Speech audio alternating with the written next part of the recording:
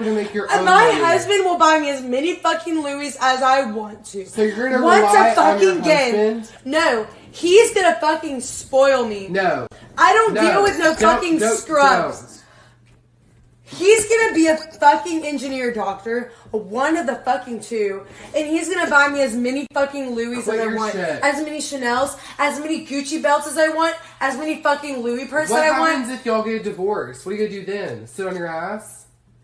Find another fucking husband, dude. Is that your fucking plan?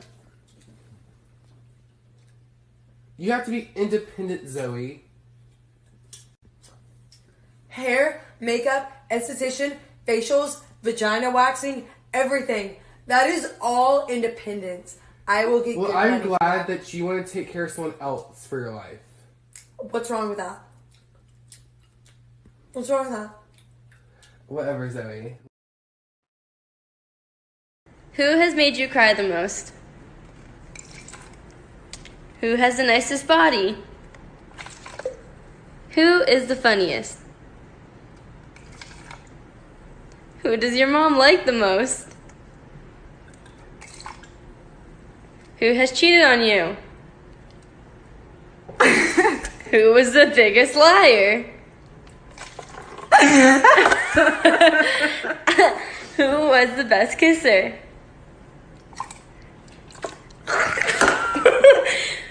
Who do you think loved you the most?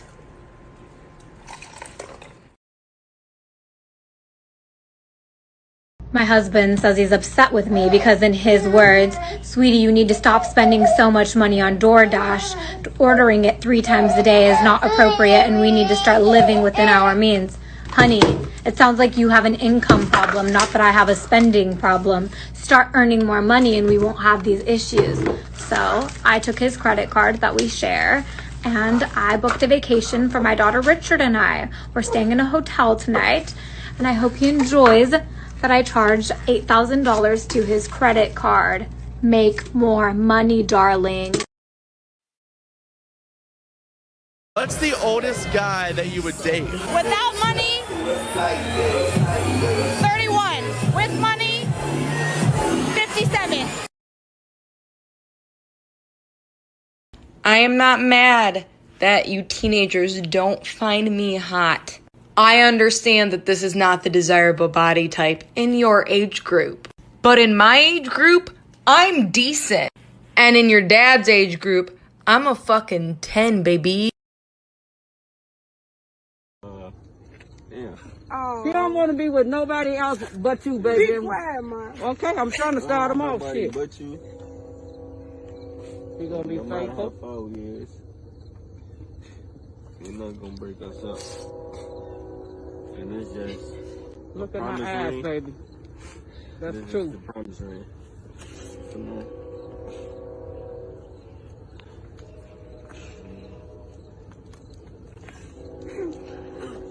Oh my God. I don't even know how this goes. Wait, where is it? You got a middle finger? No, right here. Promise ring? Yeah. Yeah. Oh.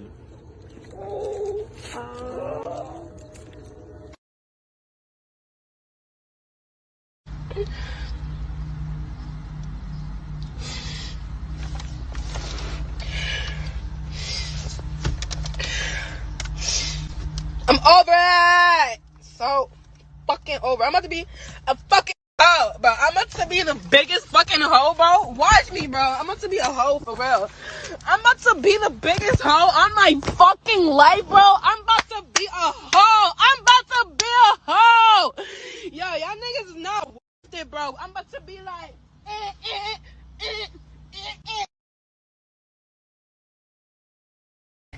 I just want a man who's going to make my heart melt and my pussy throb. I am too horny to be single. Someone better start acting right and wife me the fuck up. Como el agua clara que llueve del cielo.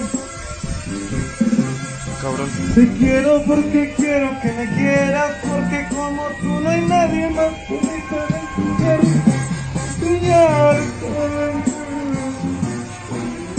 Chinga, qué pedo. Lord. Tranquilo. Hey, I told you to do Biden. Now we done lost a damn vote. We done lost a vote. That's gonna go to Trump. God damn. I'm worshiping these people like they're fucking God. Ain't nobody worshiping them. But God damn it, Chris, we need somebody in there with motherfucking sense.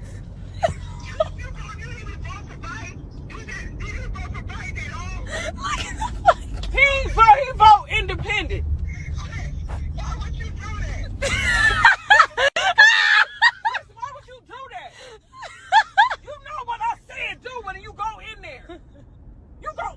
That's what I did. No, you said you go in there. This shit funny. I told you. I said go Democrat Biden. Now there's a fucking vote that we done lost that can fucking go to Trump. This is why I don't do politics. I will never do this again. He said he ain't gonna.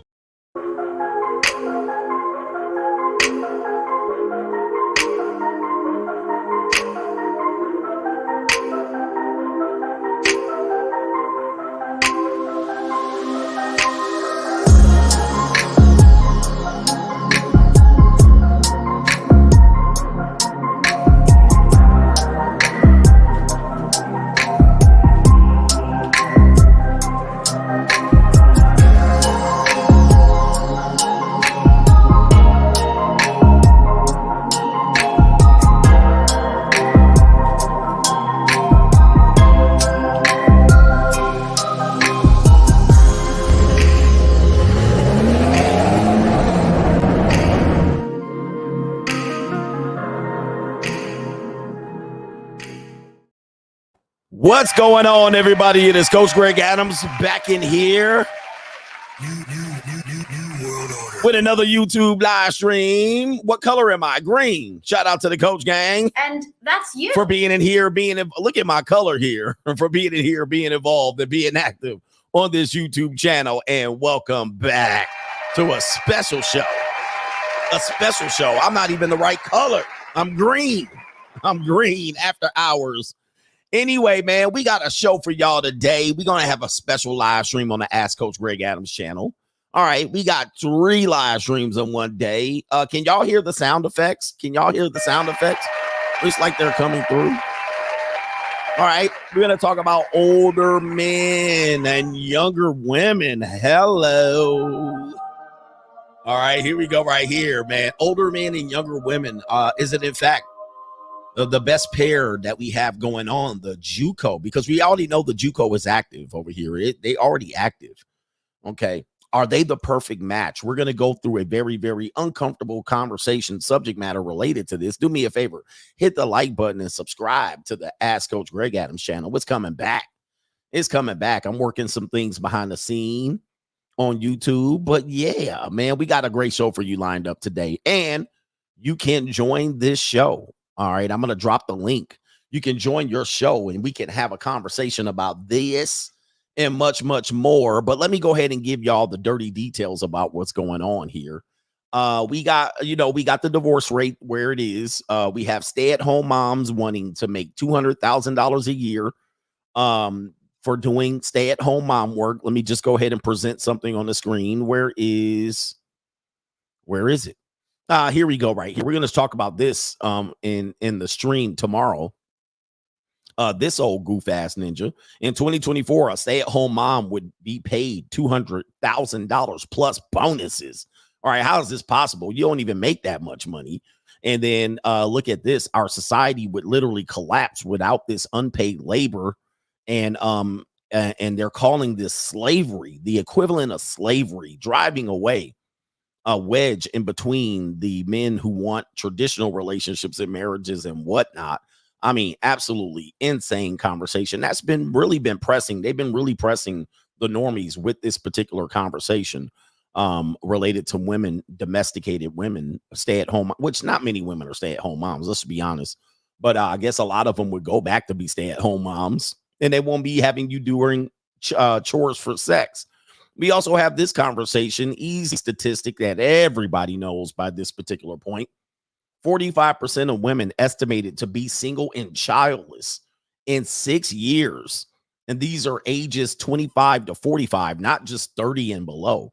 Age 25 to 35, And we know what type of economic impact this has. A lot of these women will still be looking at relationships and trying to get marriages. There's women in this age group that'll tell you. Some will say, I'm living free, I'm living good, and all that shit. But there's some women are like, what's wrong with these men? Why they don't want to marry us?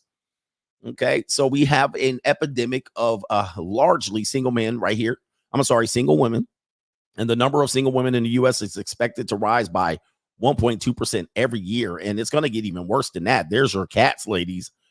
We already know the economic impact on that. And this is already being seen. If you actually are alive and well, you know this is happening. Gen Z, young millennial women ain't getting married anytime soon. And we do have another video. So I'm going to start the video off on this with the conversation right here, just on the biological level, which we always dismiss men's biological needs. But when it comes to biology and science, we always give the women the benefit of the doubt. Let's listen to this one woman here on a video for Two Bald Dudes TV. Curious that women get so upset about the biological fact that most men prefer women in their younger years, mainly due to fertility, low body count, and just general attraction. And I knew countless women at the age of 19, 20 who dated 30, 35 plus men while they were young. And then all of a sudden they get to be 30, 35. And now all of a sudden they disagree with it, saying it's creepy. Hello, everyone. All right, shout out. Let's see if this is the video. This topic is going to be older men dating younger women. Oh, yeah.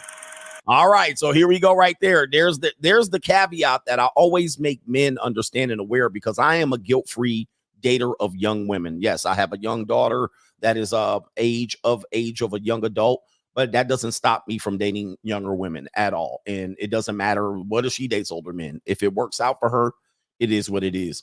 All right, but we're going to have the conversation about this. You can talk about some things related to the age of consent if you want to. This conversation is open. If you want to be out here part of the panel, you definitely have to have cam up. We don't have any guys that are hidden. We don't have any hidden figures. So you have to cam up and say it with your chest and say your beliefs here. You will be ridiculed. I'm pretty sure I will be ridiculed for my opinion on this one. But you know how I am and how I roll at the JUCO. I think the pairing between older men and younger women is probably the most idyllic, specifically based on the women's needs and the maturity, point of maturity that they may be in the needs that they have. Now, this is going to be the complex conversation. And if you will, you can speak about it. If you're a young man, you're going to say, well, what does that mean for us? How are we left out? If you're dating the women in my age group, where do I have the date from? What about the women who are inexperienced, the leverage, the power dynamic? A lot of these things come into play in this conversation. All right. But in terms of where women are in dating, no silhouettes either, no mascots, no avatars. But in terms of what women are asking for, men being in certain economic positions, experience, the dynamics between where a man is, we talking about income. The average age of a millionaire in our country is age 62, age 62, 61. When you look at the economic disparity between men of all ages, let me go ahead and pull this up. Men of all ages, the money is with men that are really technically over 50. Technically over 50 is where the money is. I know a lot of people don't realize that, but there are some people that are younger that do have access to things, but there's more women that have more needs that they need to be met. So when you're talking about dating and marriage, women are saying they want this, they want a family, they want kids, they want the ability to feel like they're secure. They don't want to build with a guy. They want to keep their money. So a guy that has the ability to, I'm trying to look for this chart, but sorry, I didn't have it ready. I should have had it ready, but you guys have seen the chart. Let me see here. Let's see here. 60. The chart is not coming up the way I want it to come up, but you guys have seen the chart before. There's more millionaires in the age of 50 than there are between the age of 18 and 49 combined. Okay. And that's the same as possibly men that make, they make in the neighborhood of 100K. So there are women that have a need. Then you get in the conversation of harems and multiple women. Are you making the best usage of these women? Are you marrying these women but we also have women are dating older men in secret, and they're getting binds fixed at Fixes Binds LLC. You have women that will not openly say they date older men, but they come from a culture, maybe a Latina culture, an Asian culture. They certainly don't mind it. Right? They don't mind it. They date men all the way up until 59 and 60. It isn't something they advertise. It isn't something that you're going to see in your circles. It's not something that you're going to see. Now, I do see it because I'm in that circle and I move in certain circles like that. But even that one woman that came up earlier here, she just admitted that, when girls are 19, they date guys in their early 30s, mid 30s. All right. When they get into their 20s, they date guys in their 40s. So upset about the biological fact that most men prefer women in their younger years, mainly due to fertility, low body count, and just general attraction. And I knew countless women at the age of 19, 20 who dated 30, 35 plus men. All right. 30 and 35 plus men or year-old men. All right. So, 30, 35 plus men. Yeah, I think she meant 30 and 35-year-old men. But I see it now. There are women in certain cultures, 18, 19, that have no problems getting in situationships. All right. And sugar baby contracts. And they have no problem with it. It's not a yucky thing. In America, we have it as a yucky thing. This is yucky. This is terrible. But I think it's mostly the older hens that dated older men when they were younger. It's much to do about them. So, lots of conversations to have about this. I'm going to play a video of a woman right here. Where's the woman here? The woman is right. Let's see here. This woman right here that you see on your screen. Then I'll drop the link for you to join in. This woman here, she looks like she's in her 40s. All right. That's the sad part about it. But silence, this woman right here says she's in her 20s. All right. So she says she normally dates guys. I think her cap was like 40. I think she said she would date guys up to 40. But then what happened was a guy cold approached her and he was in his mid 40s, like 45 or 48. I can't remember what she said, but she said, you know what? After I went on a date with him, I'm going to try to find the clip where she said it. She said, after I went on a date with him, he was actually everything that I was looking for. All right. He was everything that I was looking for. He had the stability. He was relaxed. He was calm. He didn't put pressure on me to sleep with me. He had his life together. He had an apartment. He had a house. Like, she basically was like, that was literally what I've been looking for. But I shut off the age gap. And she's normally dealing with guys that aren't financially feasible, that are pressured, that are stressed out, that don't want to pay for dates. And she said opening up that category for older men literally put her in the position to have the date she's always been looking for. All right, so let me see if I can play that portion of the clip. I'm looking for something else, but the chart won't come up. But I can't remember what her age is. Let me let her spit real quick and see what she's talking about. And she did a lot of yip yap, so you gotta listen to the yip yap. Montreal. I'm all dressed up, and you are probably wondering why. Well, if you've been watching me for a while, you know that I truly believe that dating should be fun and you should push yourself out of your comfort zone. So today we are doing things differently for so many reasons. And I'm actually really excited to be talking about this because something wild happened to me last week, which resulted in me making this video today. So a few weeks ago, I put myself completely out there and went on a date in New York City with a much younger man. If you haven't seen that, well, I'll link the video down below so you can see exactly what happened and my thoughts on that. And my dating age range has basically stayed the same on dating apps for a really long time. And it was always 28 to 40.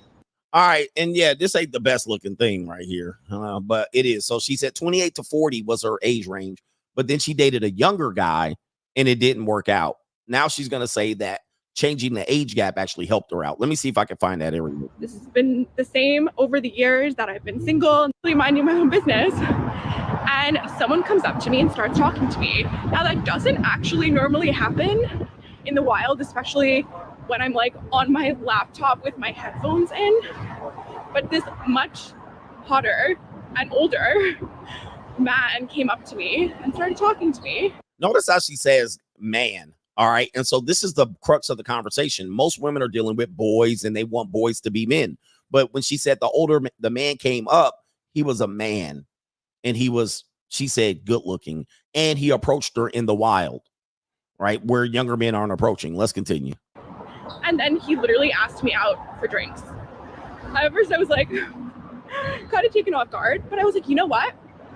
I asked the universe for this by extending my age range on my dating apps. And then this happens to me in the wild. I guess this is sort of like serendipity. All right, so let me see if I can get to the point where she talks about the experience. 45 and works in private equity. Okay. He hasn't been married or settled down yet. Or maybe he just hasn't found the right person.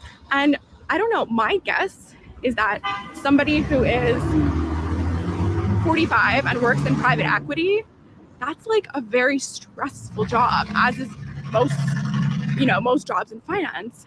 And so my guess is honestly that he just prioritized his career. I know he's traveled a lot too, so that definitely doesn't help. When he hit them guts, he gonna be out of there, just so you guys know. He gonna be out of there when he hit them guts. Are in their prime. Like, guys. Okay, I swear, another thing before I sign off, and I always tell myself I'm not going to do this, but then I have another thought that I feel like needs to be said out loud. But this man is 45. That's like 15 years older than I am. But I truly believe that men in their 40s are in their prime. All right, so there's another indicator there. Men in their 40s are in their prime. 40 to 55 typically is considered the man's prime. And so she's 30, so she said 15 years older. So this would be considered a younger woman, 29, 30. And a lot of people, especially African Americans, AAs will not have age gaps. Age gaps are creepy in the AA community. By the way, the AA community has the lowest relationship success, the absolute lowest. I mean, they are the worst performing relationships on record since the plantation.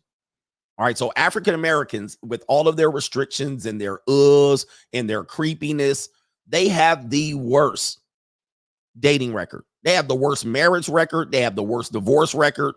They have the worst single mother record. They have the worst abortion record.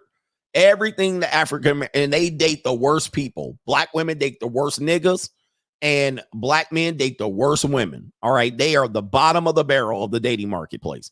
So oddly enough, a lot of African Americans will say, well, I don't think it's right. Well, nothing you do is right in relationships. Okay, nothing you do is right in relationships. I don't think you got a leg to stand on to say what is appropriate in relationships and what ain't. The African American community has no leg to stand on what's appropriate and what's not. All right, so that's my opinion about when the African American woman jumps up here and she's 40 with her degree. You have no leg to stand on when it comes to what's appropriate in the African in any community regarding dating. None. All right. So if you use that argument today, motherfucker, I'm gonna just pull out the data. Look at your relationships. What is proven to work and what is proven to not work. All right. It ain't even a hope in hell. And by the way, I'm on my third channel now. I'm on channel number 3. This is the channel I rank number 3. You can watch the numbers here, and I appreciate everybody being here. I want you to look at the numbers. This channel live is performing better than people's primary channel, and they might have more or less subscribers than me.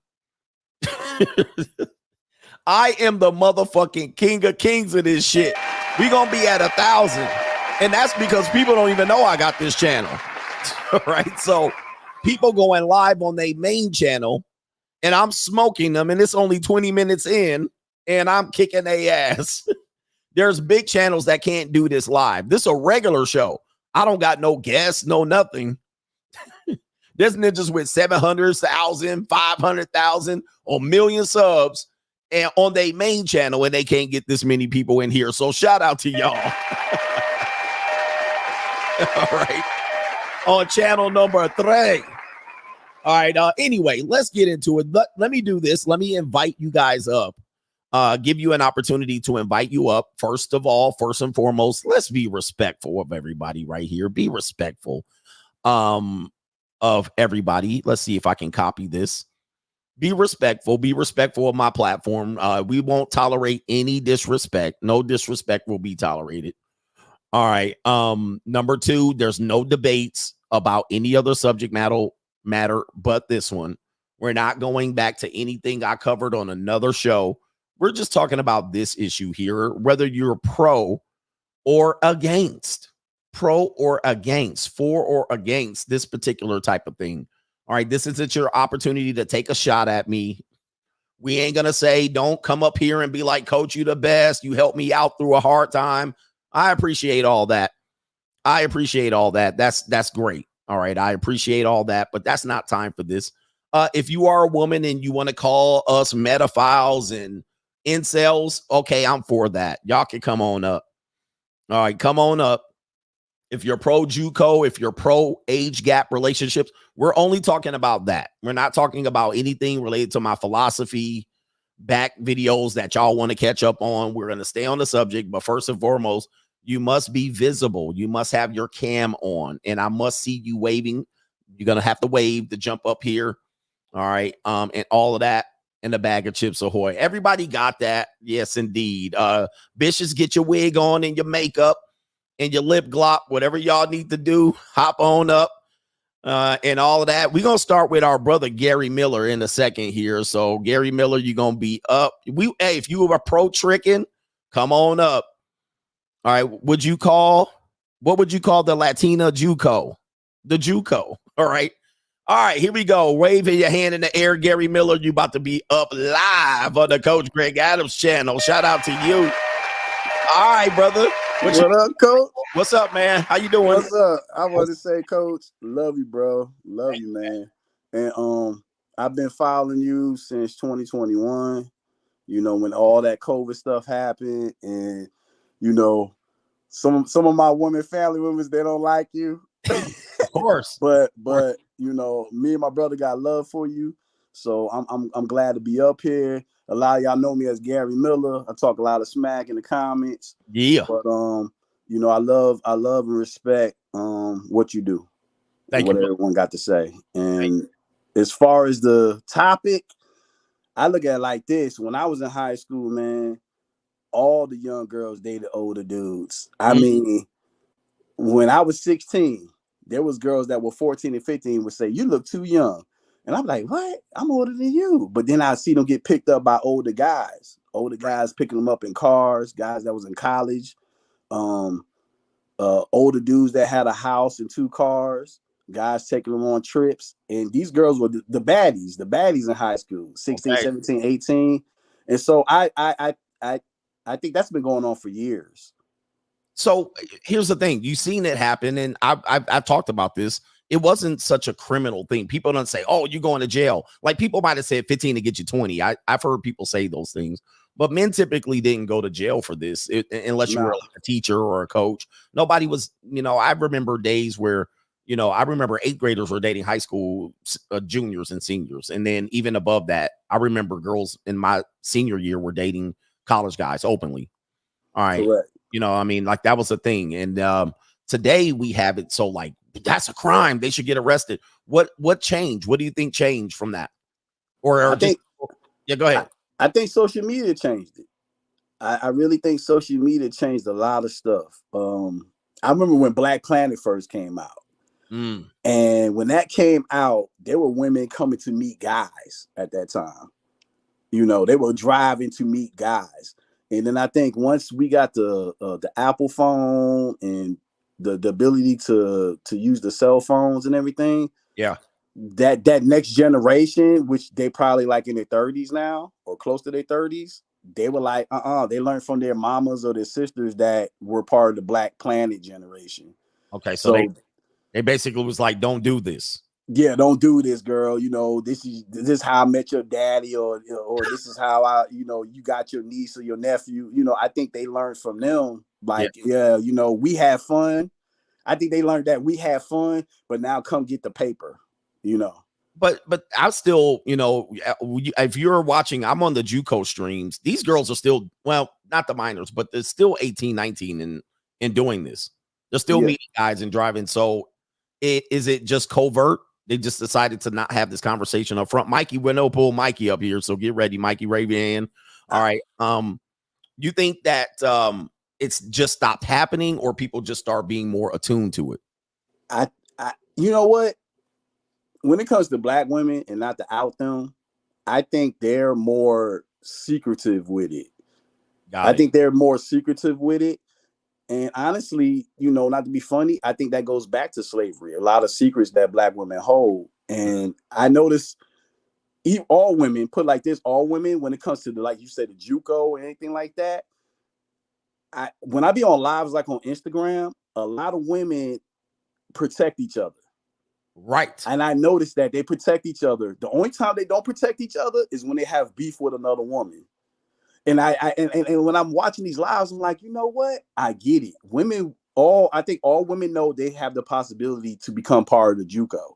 And so they will protect that until they have conflict with another woman.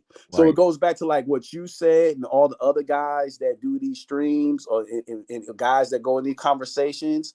It takes a woman to tell another woman to stop doing what you're doing. But a lot of them know that it's possible for them to become part of the JUCO. And I think they protect that part of it. I'm not saying all of them, but I think a lot of them protect that part of it because they know it's a possibility they may have to use the JUCO. They're gonna have to need it. They're gonna need it. All women know that they're gonna need it. Mikey, what you gotta say? You can stay up too. I'm gonna pull panels up, so feel free to stay up as I pull you up. Frank Mula, I'm gonna pull you up too. Wave your hand. Mikey, what you gotta say, man? I can't hear you, Mikey. Turn your volume up. Let's get Frank up in here. Turn your volume down too. I can't hear you, Mikey. Turn your volume up. Let's get Frank up in here. All right. Hey, what's going on, Coach? What's up, man? All right, my fault. All right, so go ahead. Who is this here? Frank, what you got, brother?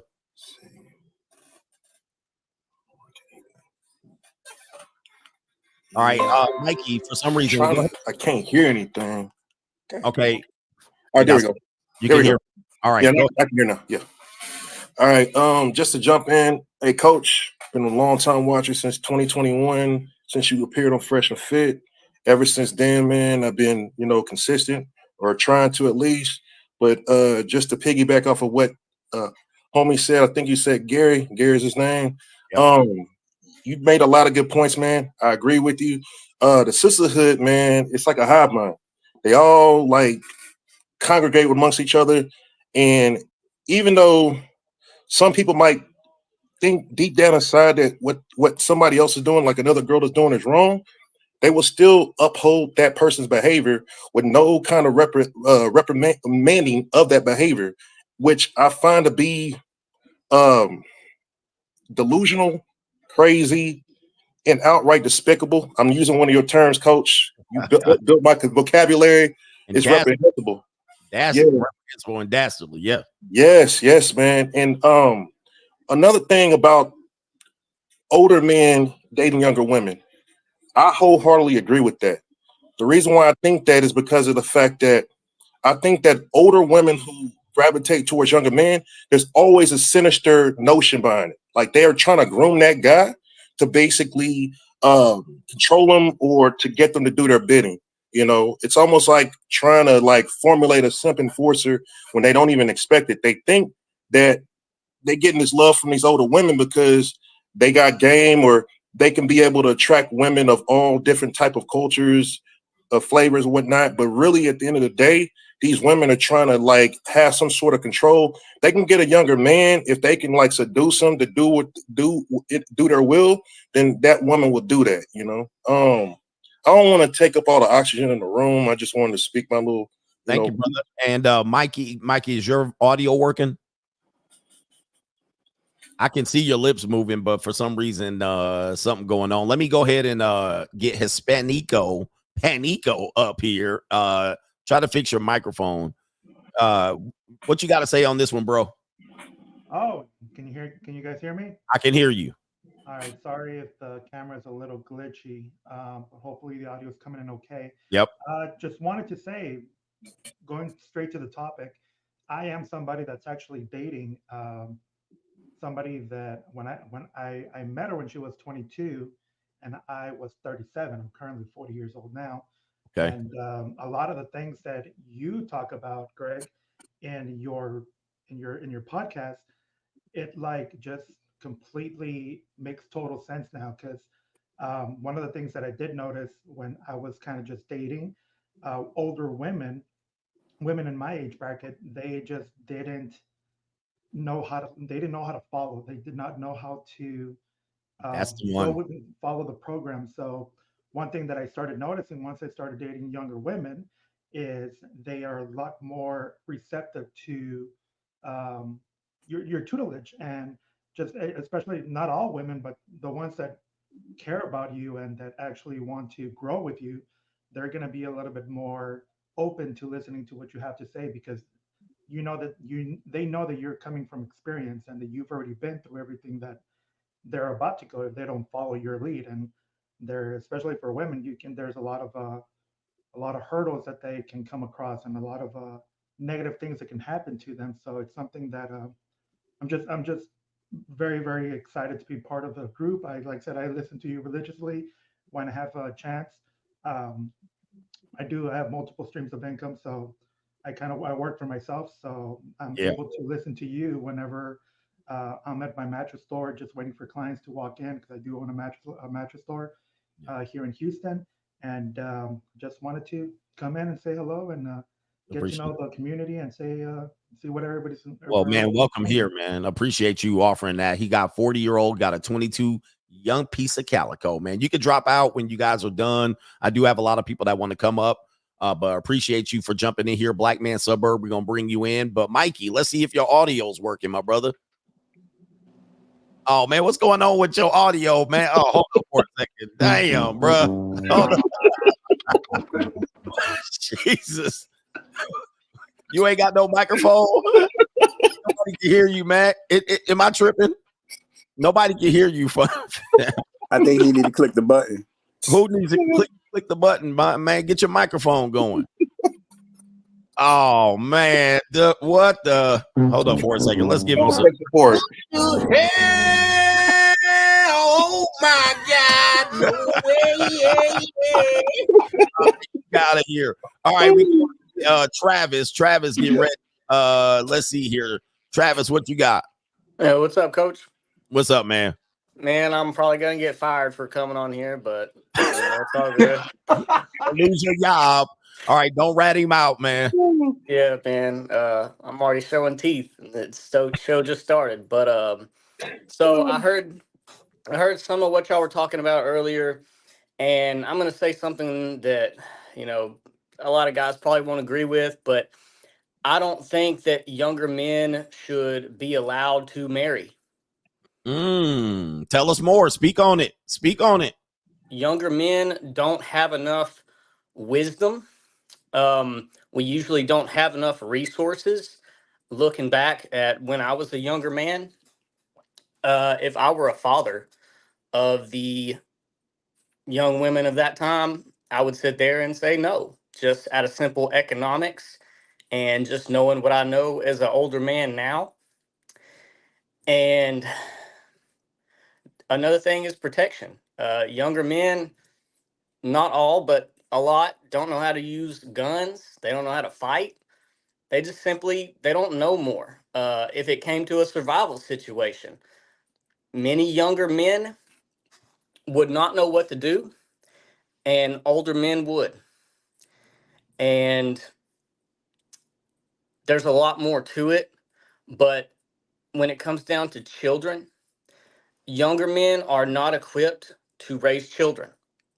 Men who are 40 and above, and I could even push it to 45, men who are older are equipped to raise children, not just from a financial standpoint, but from a knowledge standpoint.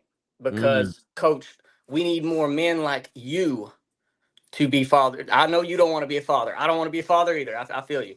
But not on purpose. Yeah, not on purpose. Yeah. But men like you with that much knowledge need to be fathers.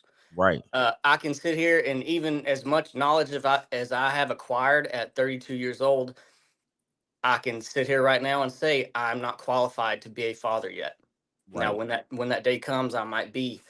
So I agree that younger women should be paired with older men. However, the roadblock that comes in there is older men approaching younger women in a public setting or sometimes any setting for that matter. Women who are in their prime fertility years, it's extremely frowned upon. And so these women go through their prime years basically missing out on that window. And that's where society is right now. And I'm done for now, but if there's a story that I'll share later, if you want to come back to it, that's like directly about this. You want to hang out here on the panel for a little bit? Okay. Absolutely. Curious though. You know, you mentioned some good things here. I was talking about Cleopatra and Julius Caesar. Julius Caesar 51, Cleopatra 21, right? Or Julius Caesar 53, Cleopatra 21, which was common. You know, people say Mary and Joseph 60, 14, right? So these are very uncomfortable conversations here, but you're framing it from the man's not ready as opposed to the woman's ready for fertility wise. You're saying the man is not ready. That's a different conversation than people have approached it from.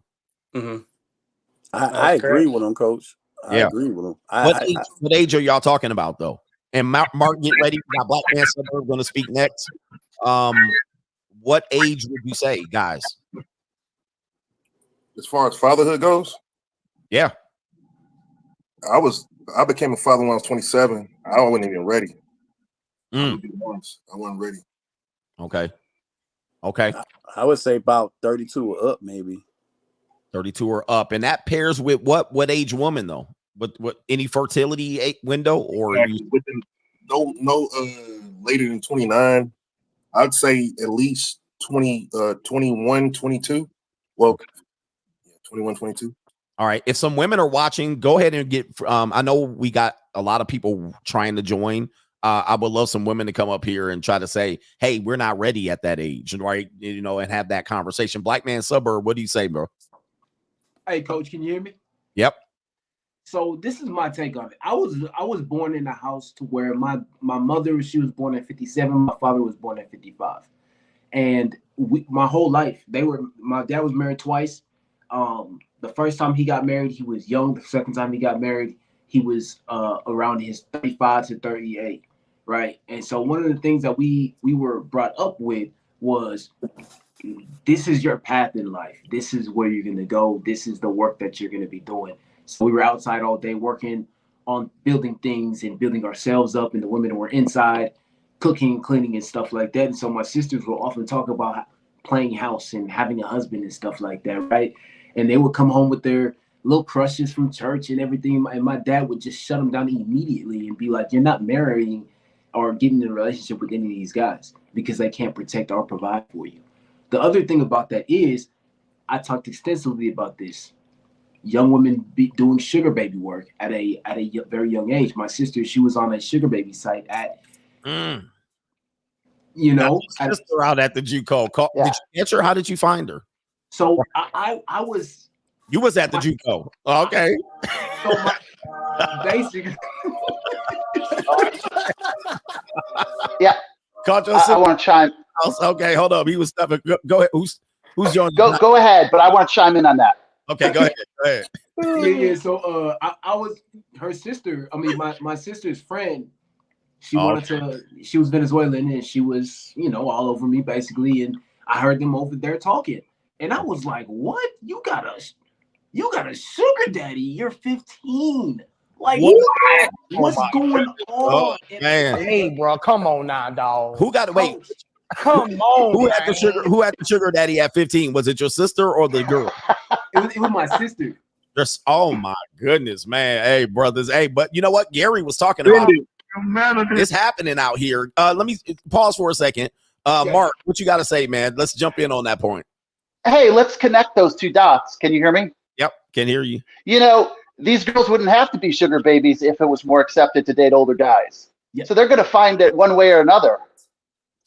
That's true. I think that's what he was saying. He was saying they're doing this anyway. Yes, exactly. Frowned upon in public. Oh no, this is terrible. Precisely. He's saying it's already happening. Gary said it's been happening. Mark is saying they already doing it. So what are we looking for? They're doing it primarily because of the social pressure not to date older guys, so they're going to clandestinely become sugar babies. Damn. Well, Can I say this? Because I'm gonna get off after I say this. Yeah, So, go ahead. I agree with everyone.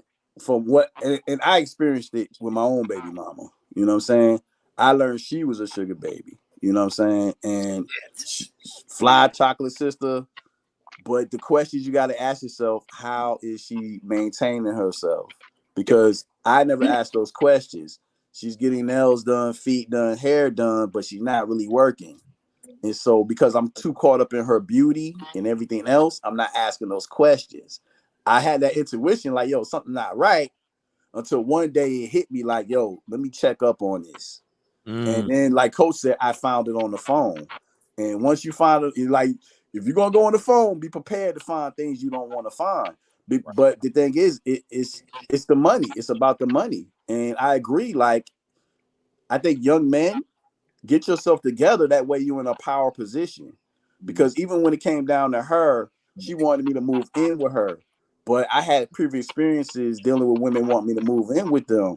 And I learned that's a bad position to be in as a man. Because even she told me, oh, I kicked my boyfriend out. And when I heard all that, I was like, hell no, I'm not moving in with you. So the money is your power. And if you don't have that money, you can't dictate anything. You know what I'm saying? Yeah. And the money is going to keep you grounded and keep you situated to where you can control certain things that you can't without the money. Right. And that's the way I view it. Okay. And a lot of guys will say, because we talk about things on locals. A lot of people think, oh, it's women without fathers that are doing this, and it's the not quality women. It's the hoes, the skeezers, the strags. I dated a woman that connected the dots. I was like, she was a sugar baby, and she had an MBA. She was a lawyer.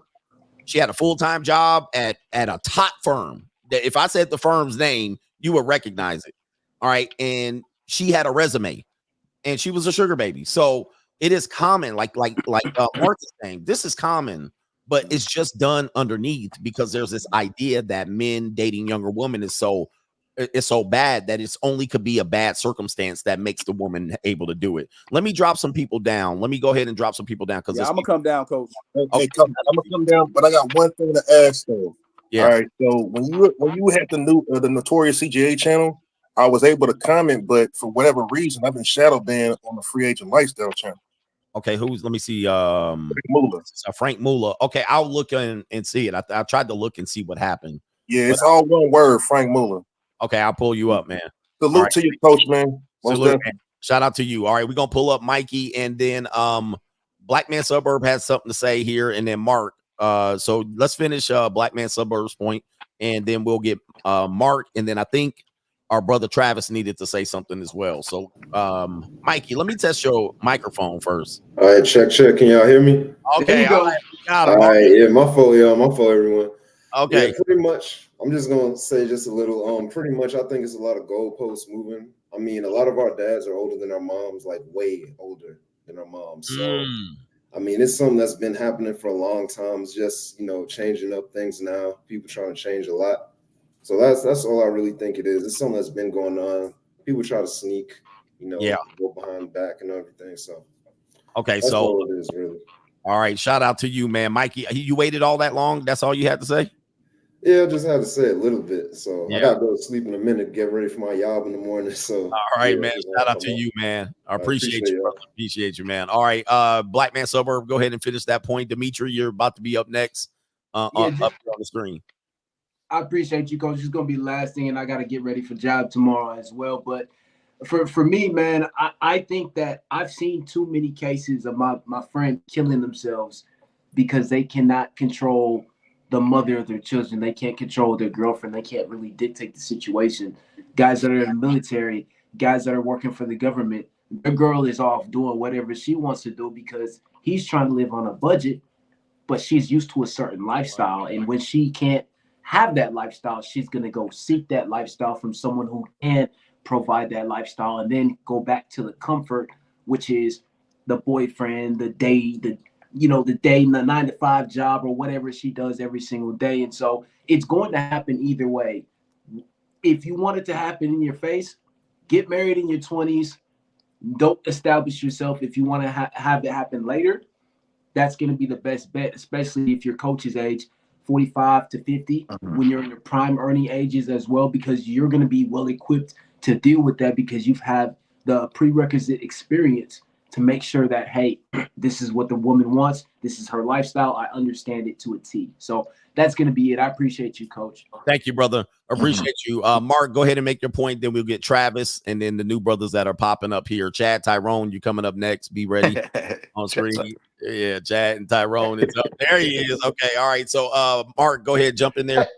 Hey, Coach. Absolute honor to be on the show. Absolutely love your stuff. And it's been amazing listening to you. Thank you, brother. Thank you. Yeah, sugar dating, it works because my parents actually have a great marriage. And I think one thing they've always said is they were very upfront about how my dad would support my mom financially. And it's just, they're upfront about it. Right. And it works. And why society does frown on this is puzzling to me. I'm not sure why. That's the part I can't figure out. I wish I had that would jump up here and say it. Nicole is in the show. I think that's a woman. I wish somebody would jump up here because we need somebody to fill that point in. You're saying it works. I think for women, they're saying, oh, it's abusive and he groomed me and I have a right. That's nonsense.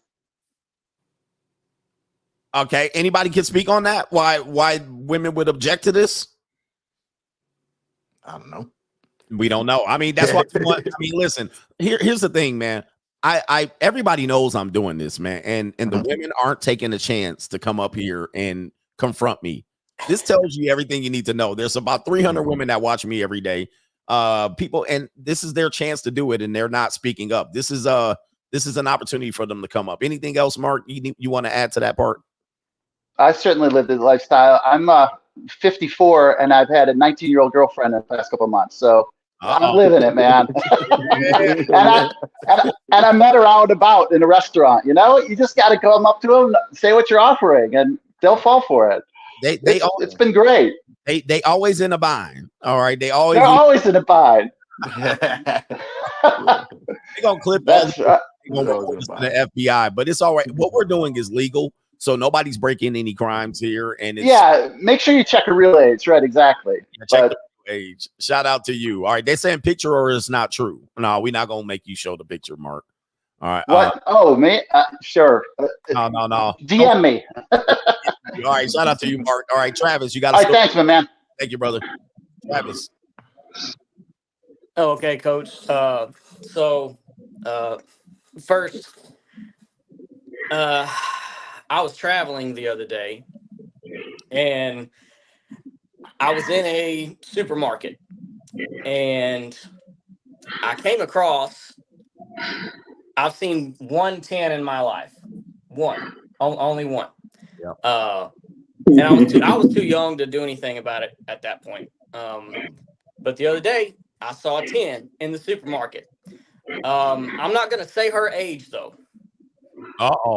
I'm not gonna say her age. So we already know. Yeah, go ahead. But she was legal in the state we were in. Okay, got you.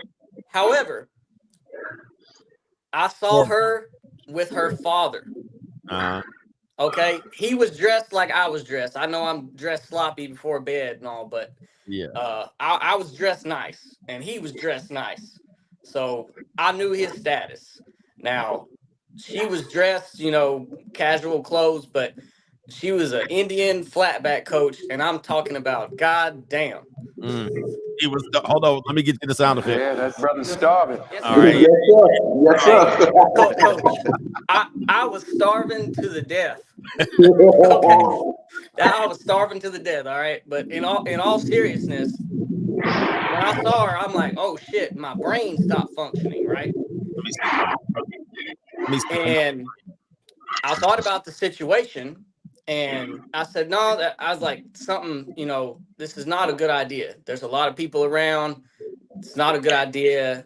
I even considered hey, would it be all right to just linger around and look at some food nearby and gauge what her interest is? And my gut still said no. And this all goes back to the point that I was making earlier, that because of the public shame and ridicule, right? that's a there you go. 0.0001% woman, right? That me personally, now I could support her. I could take care of her. I have property, right? I have houses.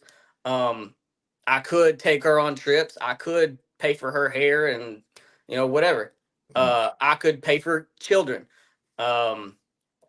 And I would be willing to procreate with her.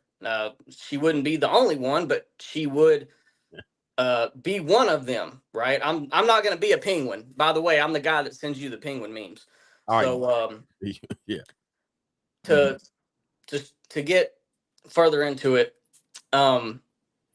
there's that opportunity there, and there's a man who comes along, but he can't even approach her. So now she's missed a window. She's missing all these men, and she doesn't even know it. So she's getting taken out of the game before she even gets to play it.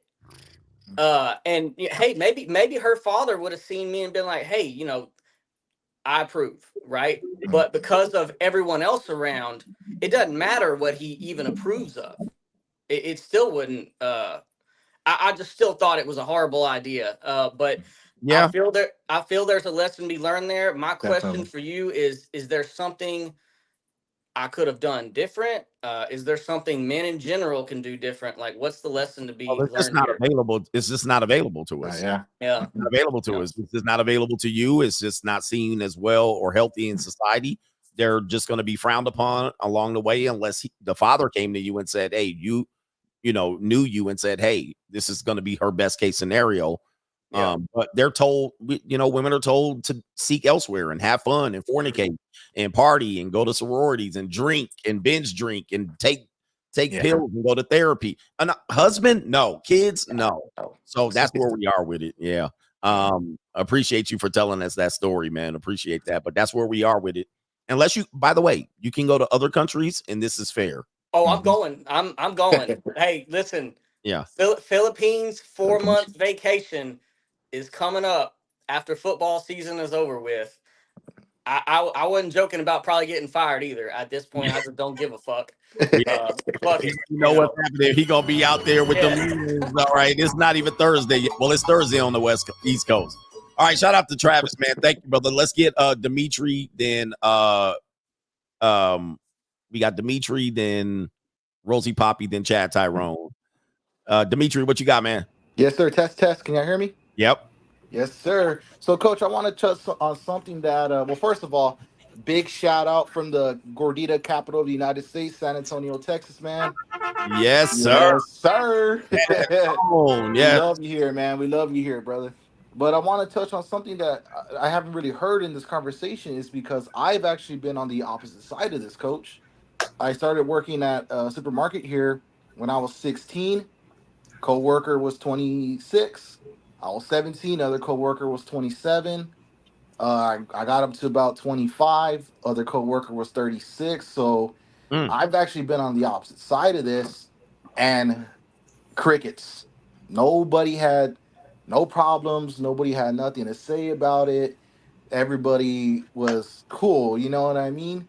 So I'm just speaking anecdotally, but society don't see a problem with it, man. And to really think about on it, it's very interesting and it just opens your eyes. But how did anybody know about these relationships? Absolutely, man. I mean, and you work for a company, everything's tight knit. So obviously everybody, and I did make a scene at a party with one of them, Gordita Supreme. Okay. But I was 16, man. Gordita Supreme. I see. Shout out to you. We got the Gordita Supreme, man. Hey, that's we do have a woman that needs to come up, but so I'm gonna bump her up because I do want to hear her take. But absolutely. Let me see here. Let me hear what our brother here, Rosie Poppy, has to say. What up, Coach? What up, Coach? Glad to see you now on the Sunday, on a regular weekday. Yes, indeed. So like Coach, you already know this. I'm 36 and I got a 19-year-old girlfriend. She Colombian. All right, ninjas. All right, metaphile. Stop. All right. Stop it. You older than me, bro. You older than me. I've never been married, so I'm gonna try it one time.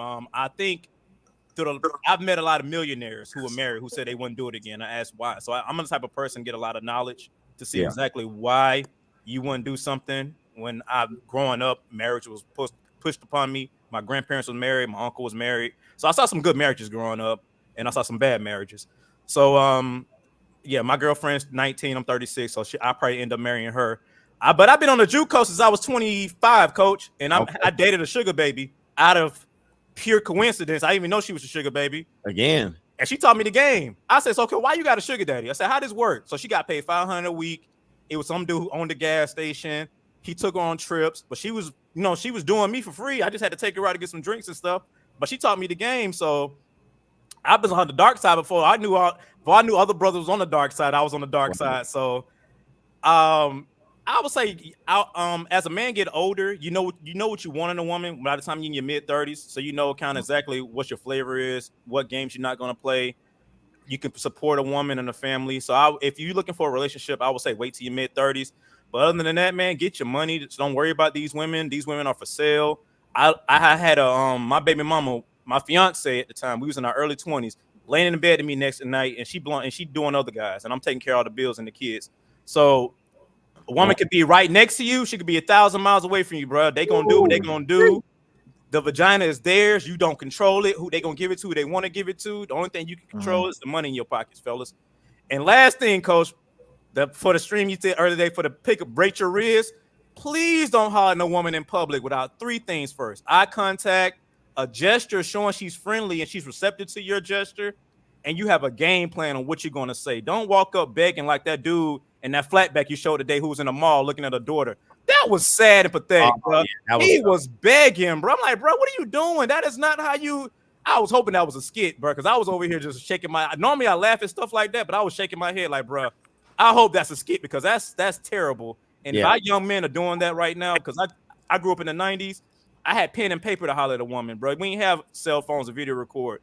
So you had to go out and you had to prove that what numbers you got on the paper at the end of the day for your homeboys. That's true. We didn't have all that, you know what I'm saying? Oh, I got her Instagram and Snapchat stuff like that. We had to have phone numbers, bro. Yeah, the number. So I'm the last generation of you had to prove that you had game to talk to chicks and get their numbers. So that's all I wanted to say, man. Thank you, brother. Appreciate you, man. I'm gonna drop some people down. Chad Tyrone, speak up, brother. What you got, man? Coach. What's up, man? What's going on, Coach? I've been listening to you for a long time, man. I love you, Coach. I've been listening to you since 2020, right? I've been going through it with my son's mother. Everything's been crazy. I just got back level, and I'm eating ramen noodles right now. I know I owe you a lot of money, Coach. I'm going to pay you. Don't worry about it, Coach. And I won't let you down. Thank you, brother. I appreciate you, man. And thanks for the support all this time, man. And hopefully it's helping you, man. It is, Coach. I'm not going to let you down, Coach. I've been eating ramen noodles. I've been stacking my paper. I got you, Coach. I'm not going to promote myself. I'm just going to say I was in the page 6 of the New York Post, and that's it. Okay, let's get it. I hope that's good. And he got ramen noodles. That's good. I was supporting President Trump. I was hoping the president to resign. Okay. All right. Was it Coach? I love you, Coach. Thank you, man. Appreciate you, brother. Hey, yo, Coach. All right. Okay. We got let me jump in here. Because we got a lady up in here. We got her right here. All right. We got a woman. I want to hear her perspective because she might agree. She might say, hell no, y'all some pedophiles. We're gonna see what happens here. All right. She goes by Carrie. I believe that's her name. Carrie? Yeah. Right, I'm Carrie Hansen. Yeah. I own Underground Radio C. I've actually been watching your show since 2020. So I'm like the ninja watcher. There you go. My boyfriend got me into watching your show. And I was just like you, Coach. I came from a situation where I was also married. I had kids and alienated and the whole 9 yards. So everything that you said, I like bang right on. I've been living your life the same way. I'm also 48 years old. I think we're about like a month apart. So and we be a perfect power couple, huh? Right? They're like power couple. And I'm like, yeah. Okay.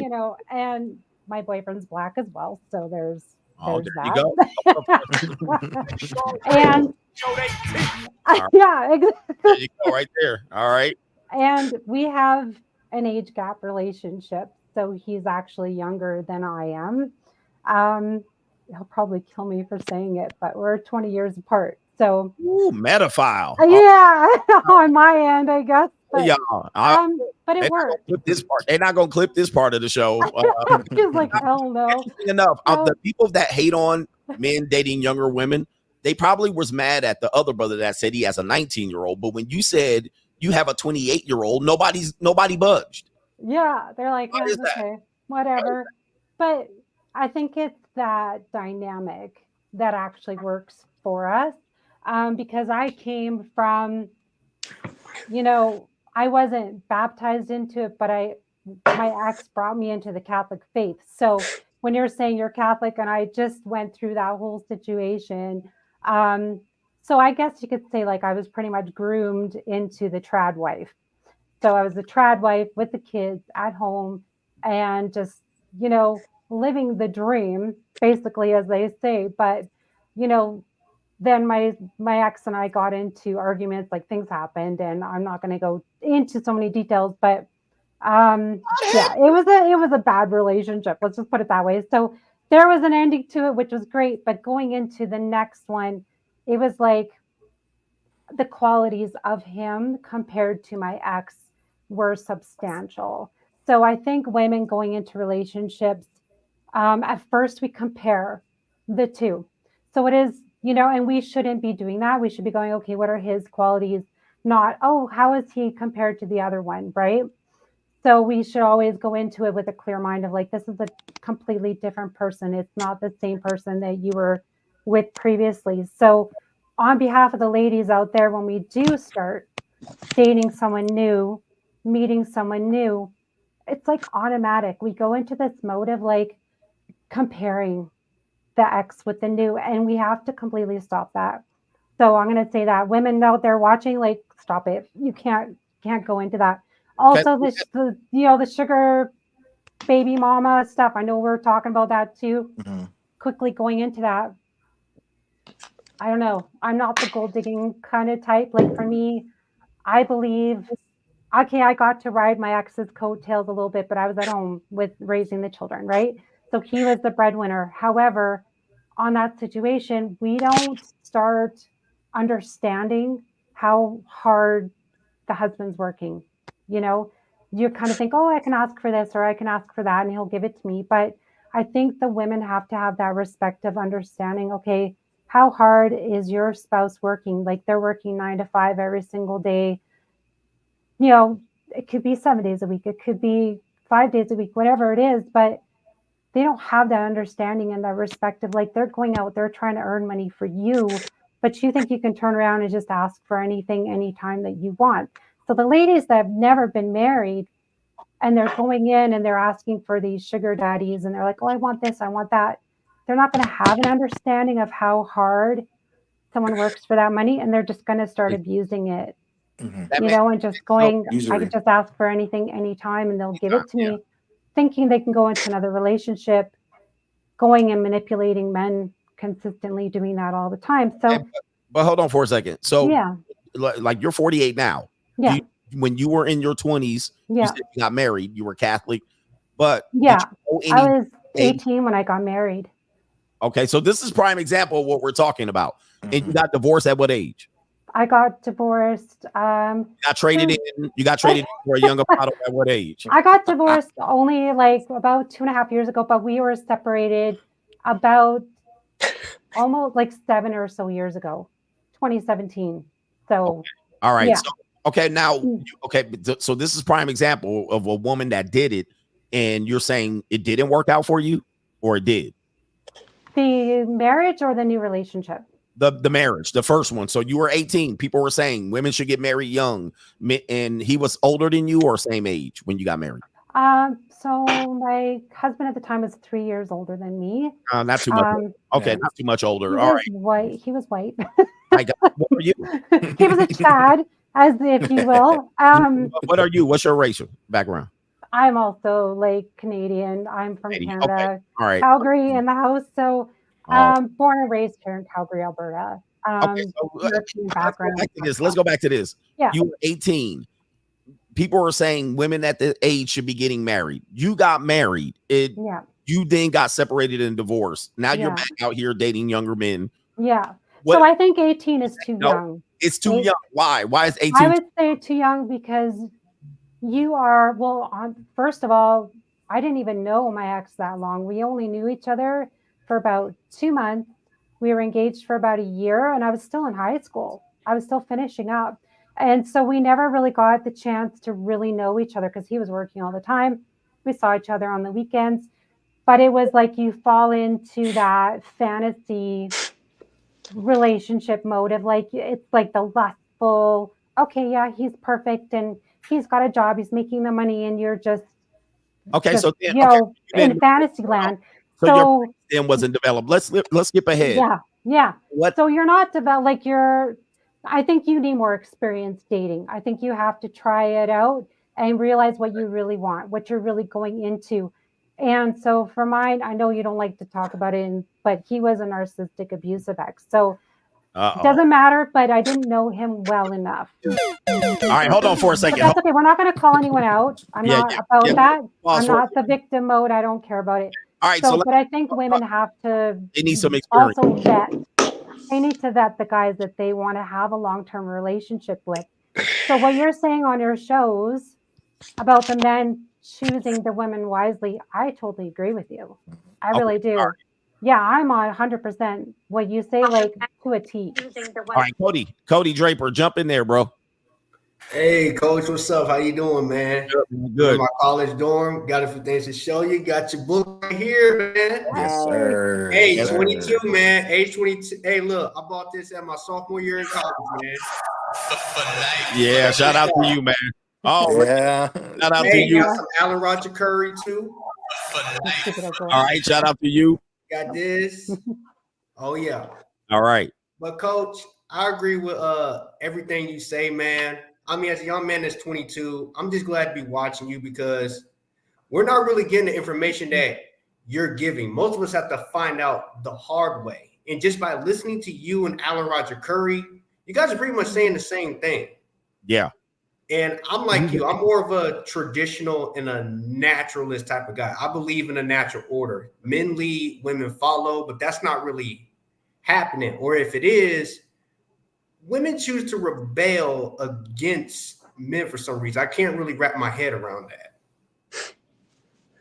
Yeah, well, that's what we're seeing. I mean, I think what we're seeing is that they're rebelling against it, but they finding their new path. They're going through a growth, right? They go through this growth phase and they're like, oh, what I wanted here, I don't want there no more. Unfortunately, like Carrie was saying, women don't know how money's made, so they just ask for money. Also, they don't know about how the legal system about to fuck you over. She wanted a marriage back here, and then she don't give a fuck about how the legal system will fuck you over. She just wants what she wants. They're operating under the guise of they don't care. They just want what they want. So now that's where we're ending up with a lot of men going, how could she do this to me? How can my ex-wife do it to me? I'm going to tell you something. They don't care. They don't care. Hey, man, and here's the thing. Here's the thing about that, man. One thing about that, this goes to the thing what you said. I remember this phrase that you said on TikTok, and shout out to you again. You always say that women have many superpowers, but the one thing that they don't do is that they do not think long term like men do, because men think long term in terms of like money, relationships, right? How it's going to work out. When women get divorced, they don't understand how the legal system, like you said, fucks men over, but pretty much everybody loses. The man loses, the woman loses, because, hey, look, without men, they don't know how to survive without men. And Kevin Samuels, and you and Kevin Samuels are saying the same thing. Women need men more than the man needs the woman. Okay. And men and women, they engage in usury, but the problem that you keep seeing over and over again is that men and women tend to misuse and abuse the power of money and sex. Money is a tool, sex is a tool. Without that, there's no said relationship. How do men and women abuse the power of money and sex? How do they abuse it? Misuse and abuse it. How do they misuse and abuse it? How? Are you asking me? Yeah. Okay. Yeah. Well, here's what I'm going to say. since that's the case, and we're advocating for women to be married or having babies at young ages, if they're ignorant, wouldn't that be counterproductive to us? But we're also saying at the same time, their fertility, this and that, but then they're trying to learn and they're learning on the job at the same time. So there's a defense for, hey man, these women are going to be dangerous towards us if we go this route. But at the same, because they don't know, like you're saying, they don't know. They're not thinking long term. They want a purse. And they'll come over and have sex with me for a purse, right? And they don't care about HIV, pregnancy. They don't care about nothing of that. They just like, that's their end. Whereas we're thinking building, lifetime, legal legacy. That's what we're thinking. And sometimes just to get a nut. All right. Economics. The economics. Let's get Jay up in here and see what you have to say on the point of, should younger women and older men be paired up? What do you have an opinion on that? Yeah, can you hear me? Yep. Cali West, you're up next. What's up, CGA? I'm in Ohio right now. I'm in the school that you played on your CGA Got Game. I'm not gonna dox myself, but you use my school. Okay. Okay. Hey, got you. Yes. Yeah. So, but yeah, like these young girls, they're ready. I'm in college now. Like they're ready for it. I remember in high school, I was with I was hanging out with this one girl in high school, and she was like a sophomore. She had one. She had what? High school. She had one, a sugar daddy. Wow. Yeah. Sophomore in high school. Literally. And I was like, what is this? And then coming in my freshman year, I became cool with these like 4 girls, and I went into the dorm room, and they had a stripper pole in their dorm room. So like these girls, when they get here, they're trying new stuff. They're not like just college guys. They're trying different stuff. Like these sorority girls, like they have them. They have sugar daddies. You know what I mean? It's not I'm not lying about this, that I'm saying women in this, the last 10 years in college, that they're more likely doing this. You're saying they're doing it. Yeah. And then like one of the 4 girls that when they got like in a fight, they exposed one of the girls. She had 2 first semester. They said she had 2 sugar daddies and 9 bodies. First semester. Yeah, man. So we're not lying about this. So you're on feet in the street. You're on Yes. Okay. So I got a question. What type of girls are these? Are these the good girls or the bad girls? Are these the skeezers? Wait, yeah. So the one girl that they got in a fight with, she messed with football players from a school across the way. So she did her dirt over there, and then I don't know where she got her sugar daddies from, but they do their dirt like not around the vicinity. There was another girl coming out of a coffee shop, and I heard her. She was a literal like a 3, and she was bragging to her friend about like using this sugar daddy. And I'm like, she was a literal 3, and I'm like, it's over. If a 3 is having a sugar daddy, I was like, it's over for us. You know what I mean? So okay, thank you, brother. We don't want to get you in trouble. Go ahead. Yeah, for sure. And also, they can't come out to their family at 18 years old with a sugar daddy. Yeah. So they're gonna do it. They're gonna do it behind like closed doors. Okay, so here's the problem though. At one end, Cody Draper's in college, and we're like, 18-year-old people, they don't know what they want yet. Carrie's saying, I was young and dumb. All right. But you're saying they out here in these streets already. They ready, active. Yeah, it's over. Yeah, I think the next generation I think they know a lot more than we did at that age, and they are experimenting way more now. So would it be fair to say, when I was young, for sure? It would be fair to say that there should not be an excuse for women to not be ready for marriage at this point in children. They should be ready for it. Is that what we're saying?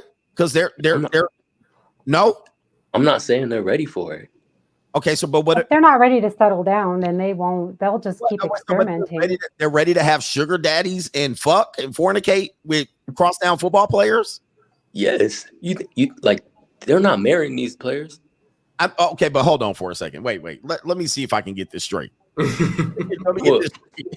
In our culture, we're saying we know 15-year-olds. We've had several men that said we know 15-year-olds with sugar babies, sugar daddies. Yeah. We got women saying, "Oh, metaphile. Oh, we ain't ready till we're 32." But for between 15 and 32, these women can go fuck, get nut on their feet, suck dick. This is what we're saying. Callie West, jump in there and help me. Let me drop somebody down. Can I drop somebody? I gotta bring somebody else up. Jay, we don't want to get you in trouble over at your school, so we're gonna drop you down. I appreciate you helping. And then our brother from San Antonio, Dimitri, we're gonna drop you down. All right, absolutely, Coach. Brother man, thank you. Let's see here. Callie West, help me out. Yes, sir. So you know what they say: if you stand in the middle of the street, you're bound to get hit. Now, see, the thing is, I truly believe that, you know, the parents are the ones who are kind of setting these people up for failure. Because at the end of the day, if you want your child to have a, you know, better life and basically have a, you know, a structured family, ultimately you would have to surrender your daughter to a man who's already established. I don't know if Coach, have you ever seen this movie? It was kind of a horror movie. I think it was maybe by Stephen King called 1920. But it was basically about a man on a farm with his wife. And she wanted to divorce him. But if she would have divorced him, she would have took the son with him. Which was kind of different, which was technically wrong in 1920s. Because remember, the man used to get the children back in the day. Right. But they, you know, it's a movie. So, but the script basically, he basically end up deleting the wife, right, to keep the son and the family together. So long story short is the son ended up, you know, kind of getting with a girl in the same, you know, town, but basically he wanted to marry her, but his dad was like, you can't get married to her because I can't set you up, you know what I'm saying, to basically be established for our family. So it's like, no, you can't marry her, right? So mind you, the dude, she was from a rich family. But they went ahead and did the love thing. And long story short is they ended up turning out all bad because they couldn't really survive and stuff. And they ended up like robbing and stealing and ended up getting deleted. But long story short is the reason why I bring this up is because, you know, not to be long-winded, but the reason why I bring this up is because at the end of the day, if you fast forward now, you know, we want kids to go get their education first before they establish a family. And I believe that's kind of pushed by the feminist agenda. Right. You know, a lot of men, even in two-parent households, it is still run by, you know, by a weak man who's controlled by the woman. And unfortunately, these older women who never had the opportunity to go to college and see the world and have a bunch of sex without, you know, getting pregnant, they are encouraging their daughters and their granddaughters to go and live free and then think about having the family later on. One example is when I was going to see son, I was dating a chick, and she even told me, even though she wasn't going to college, she said she would be just fine with having a child and just being a wife. But mind you, the guy that she was messing with was like a grown man who was like old enough to be her father. Okay. Right. And the reason why she stopped seeing the guy is only because the mom met him, and the mom basically was like, wow, he's as old as me. And that shamed her to the point that she was like, okay, I ain't gonna deal with him no more. Okay, so your take is really the women are talking the other women out of this. That's where it's coming from. Right. And then to add to that, see, in the community, like you said, it's kind of frowned upon when the girl is dating older men. But what's messed up is they only challenge it when it's a decent guy, like a, you know, square type of dude, suit and tie type of ninja.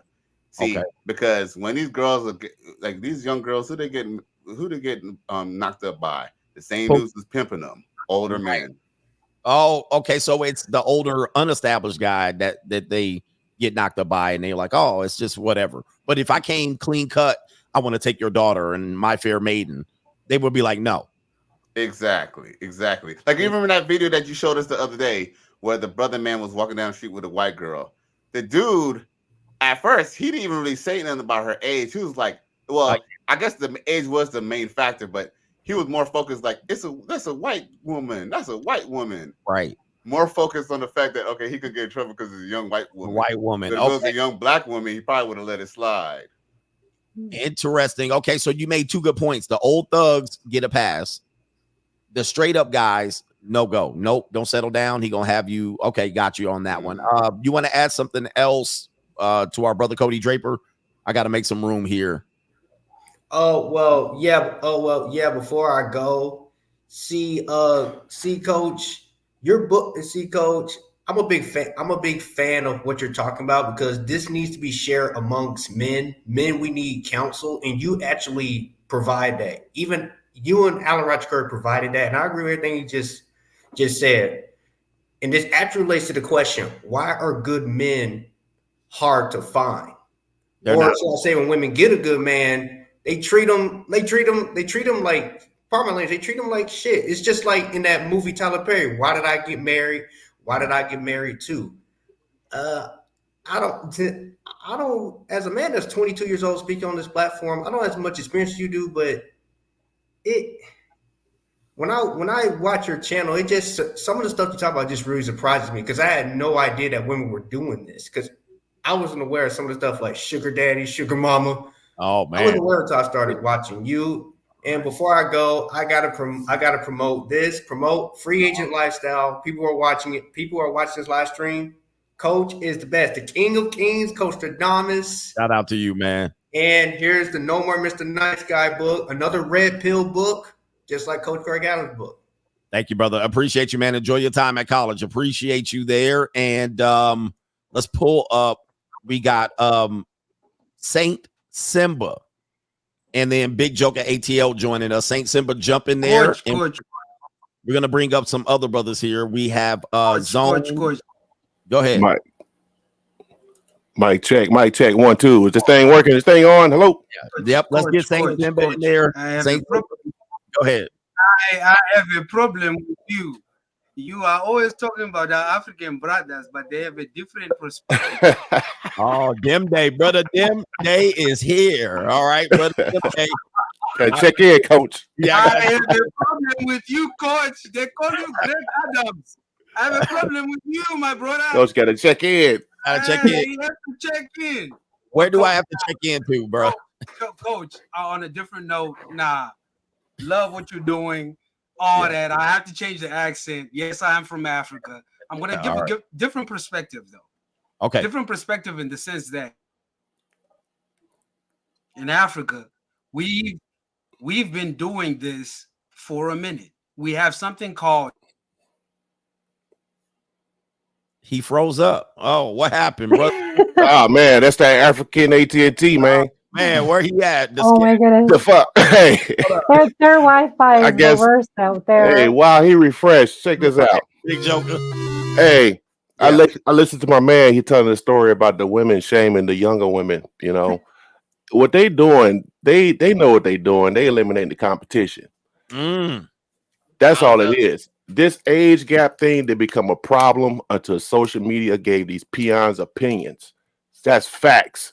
You got these women are speaking out because see, for decades they had the microphone. Now men got the microphone thanks to the advent. What would you say? Miracles of modern technology, as Coach say. Yeah. You know, with this high-speed internet, now men, you got the man in Michigan that can say what he going through. The man in New York is hearing that same thing, and he's saying, "Oh, I went through the same thing." The man in Georgia saying that same thing. So they compared notes, right? They didn't compare notes. Now the playbook is out, so we know they just eliminating the competition. Ever since for the past 200,000 years, this is all the age gap thing has always been done. This always shut the competition, shut the conversation down, right? Kings, czars, emperors, they had harems. You think they had harems full of old bitches? No, they did not. That shuts every conversation down when it comes to this age gap because these women, they don't like the fact that they got to compete with these younger women for the same men that they want. That's all it is. That's all it is. You make a point because you're saying what we had a brother said Black Planet days. We had a couple of college guys said, yep, they out here Yep, they out here. They out here, and they willingly do it. It's only when things don't work out when they get the opportunity to play victim and say, "Oh, he was wrong to date me." But you was enjoying the fruits of the labor. You was driving you was driving Coach G wagon. But now all of a sudden, now you're a victim because he like kicked you to the curb. You know what I'm saying? This is ridiculous, man. This age gap thing to become a problem until social media gave everybody an opinion. That's all it is. So Cassie and Diddy, as I always say, she drank up all the drink. That's right. The food. She drove the G-Wagon. She was at the party. She was on the flights. Yep. You know what I mean? Hey, Bruce. Harems for the old bitches. It didn't happen. It did not happen. Y'all got to think about that. They didn't have a bunch of old ass hunched over, needing to put some goose grease on their elbows. No, man. I think you say KY. No, man, nah. Goose grease. No. They didn't have harem for the old bitches, but these old women, they get mad because they see these younger women, they see these men that they age, and so the only thing they can go to is shame. But I'm seeing that it's starting to die out. It's starting to lose steam now because now you got celebrities. They go into the JUCO like it ain't nothing. Right. They go into the JUCO like it ain't nothing. Now, here's a question, and then we'll get Mr. Simba back in here. Since people are saying, the brother said, no, they out here already. They got threes that are doing this. They got the girls in the dorm, and they're exposing each other. So the women know that this is kind of going on. Do you think that as we go forward with the 45% of women are going to be single, they're just going to, hey, forget it. We're going to do what we're going to do. Like, we'll settle down. We'll be with an older guy because like we don't have any choice. You think they're gonna do it while they get the chance? Because when that timer run out and what they say, they don't realize they old until you got to buy their own drinks at the bar. When they start buying their own drinks at the bar, now they got a problem. Well, all these men ought to be ashamed of themselves. Man, come on, man, just get out of here. It don't work like that. It don't work like that. Simba, what you got, man? No, just to go back to what he's saying. What I was saying from my perspective, growing up, I've seen these older women in the sense that I grew up around this. They're accepting of something that we call small houses in Africa. This is very prevalent that older women tend to say, you know what? Hey, Jesus. All right. I can't do what. All right, you still up, man. You still up. Go ahead. They say, hey, I can't do whatever these young chicks can do. So go to your small house because I'm the big house. The small house can take care of whatever you're taking care of. So in Africa, in most countries in Africa, this is not a thing. Like, we acknowledge it, we accept it. Western civilization has said, well, because Coach, you have updated us on your court cases and all that. You ball like me because Lord knows she done put you through some stress, my brother. Some of us have been through that. We've been through that. But you bring up a good point, and we got three brothers in behind here that we're gonna bring up.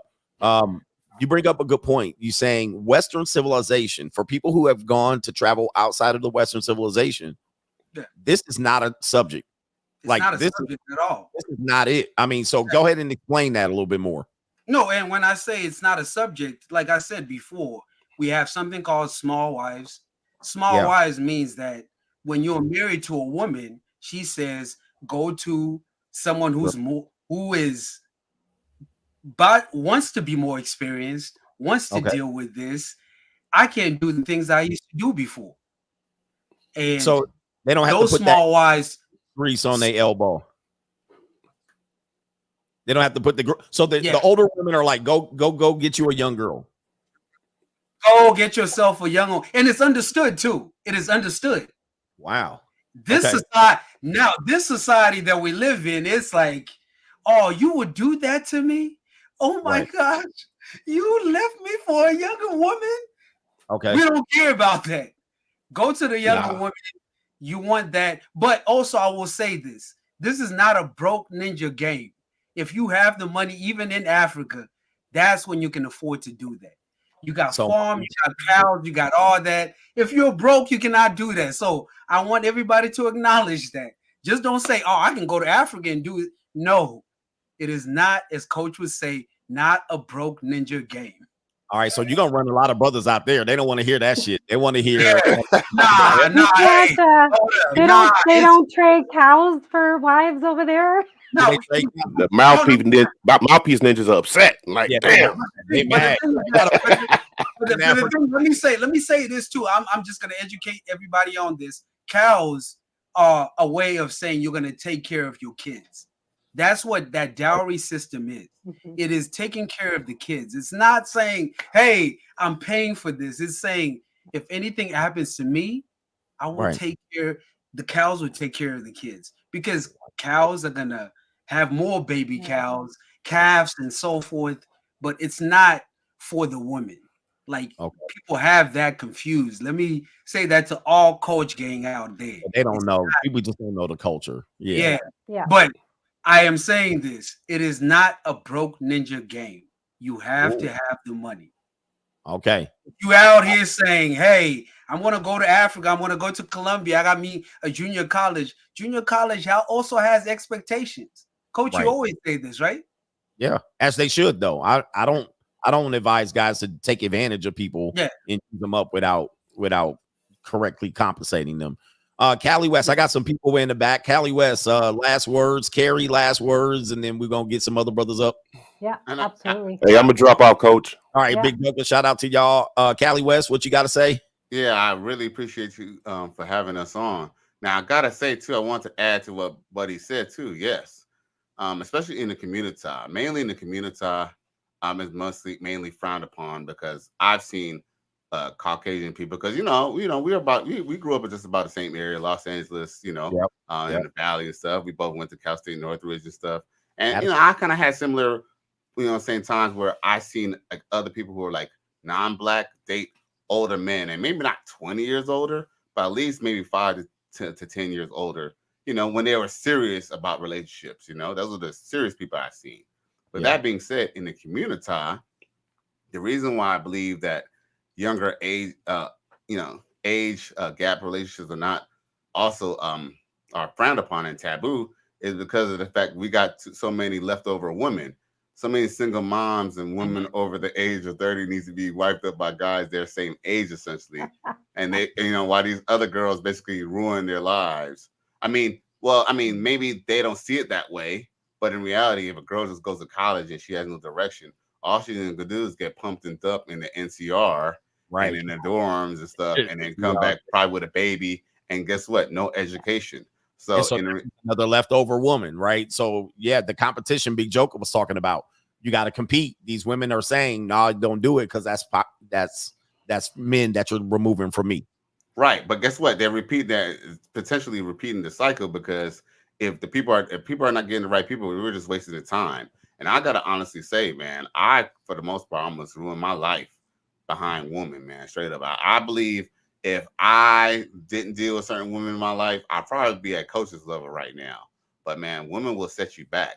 And I think one of the detriments was I was wasting my time with women who were either my age, who were already used and abused and had trauma, versus either just dealing with a chick who's either younger or just more focusing and putting issues to myself because dealing with chicks who's your age, they have more baggage, they cost more expensive, you end up going broke and stuff and all that. And then at the end of the day, you end up finding out they didn't really want to build anyway. So, you might as well just come already, you come already prepared. And, that's why Asian relationships are more appropriate. Even nowadays, if I still, hook up with like a 23 or a 28-year-old, even a 28-year-old, I still have more fun with her because one, she knows that I have a little bit more experience in life. And then two, at least I have a little bit more money than the other dude who's about her age. Right. So, so this topic is very good, man. I really appreciate you for tuning in this late Thursday night, man. Shout out to y'all and shout out to the East Coast people staying up late, man. Shout out to you, Cali West. Go subscribe to his channel. Carrie, any words right there? Any last words? Absolutely. Thank you, Coach, for what you do daily for all these young guys out there. I know my guys learning a lot from you, which is great. I would say, basically respect. You guys have to respect each other in a relationship, and there's not enough of that going on. So definitely when you're looking for a woman, see how she's respecting you, treating you, how she's treating your friends. It says a lot about her character. So Thanks, Coach, for everything. You're always, I know you don't want to be a guest on anyone's show, but you're always welcome on mine too. You got a channel, all right? So yeah. what's the channel? Well, I don't have YouTube. Well, I've got a YouTube channel, but it's not set up because I have 4 years of content that I got to figure out what to do with. Okay. But Underground Radio C on Facebook is where I'm at. But I stream through my shows Saturday nights. I stream it through a local radio station, Just FM, Just TV. Okay. So 100,000 plus viewers on that per show. So Time. come on in anytime. Just let me know and talk whatever you want to talk about. So it's all right. Shout out definitely up for grabs. Put the link in there so I can pull it up in the comment section. Okay, in the private chat or in the? You put it in the private chat for me. Okay, I'll do that for you. All right. Okay. All right. Zone 864. What you got to say, brother? Yes, sir. Is the audio clear, Coach? Yep. Okay, cool. Salute to you, Coach. Salute to everybody on the panel. Great conversation thus far. Not gonna be on too long. Just gonna save my piece and bounce out. But long story short, I think when it comes to older men being with younger women, it's always been the thing. It's always been the way. Okay. And this whole thing of, men and women need to be relatively close to the same age is relatively new. I mean, you go back and you look at our great grandparents and our great great grandparents, granddad's way older than grandmother. Go back and you look at ancient civilizations, you're seeing older men with concubines. I live in Scottsdale, Arizona. There's a lot of rich, wealthy people, men. And oftentimes, sometimes when I go out to grab dinner or going to the gym or, going out for the evening, you're going to notice like a lot of men who are in their, late 40s, mid 50s, late 50s, nice car, younger woman, never failed. And, sometimes when I'm networking and stuff like that, what I find is with the men that actually have older wives, I guess you could say older as in 40 plus, and the man is typically, in his 50s or 60s, what I find is that typically they're usually with that woman for business. There's something about that woman that they're benefiting from. Like for instance, that woman's family, owns some type of property, owns real estate, owns business. It's like what you just said, Coach. They're never with you just for you. Right. And it's the same. It's the same with women. Sorry about that. Sorry about that. Yeah. Man, but he he messed up my thoughts. But I will say this: when you look at Black society, and you look at older men, younger women, what you tend to notice is that the morality is in the wrong place. It's like we run around, we have kids by different women, different men, but when you look at more of a higher middle class society or upper class society, when they get with a younger woman, for them it's a win. When Black men tend to get with younger women, it's you're a PDF file, so you're not judged by the same standards that the upper middle class and the upper class are, especially when you're a Black man. So it's really weird how the societal norms are different, based on economic class. It's the But economics, yeah. it just is what it is, and it's. I say it's normal. We look at things like arranged marriages. Typically, in arranged marriages, it's typically an older man with a younger woman. So that's really all I have, Coach. Great topic, great show, and I'm gonna keep supporting. And everybody hit that like button. Appreciate you, Coach. Thank you, man. I forgot we got some super chats. Simba, Saint Simba, do you want to jump in there? Yeah, my brother, I'm gonna come back again. I will say this to all my brothers: if she cannot chop that money, please sit over here. What that means is that if you ain't got that money that she can chop, my brother, just take a seat over here. This is a grown man sport. If you want junior college, I'm just going to tell it to everybody. We always want to say this. If you don't have that money to support whatever lifestyle she wants to do and what she wants to do, just take a seat over here. That's what I have to say, Coach. I think brothers in the community, because a lot of brothers want to go over to Africa. They're like, Africa, and our people. But when they get over there, you getting big bank, take little bank. They pull a rank. So they putting you in the category like ain't no broke niggas when you come over here.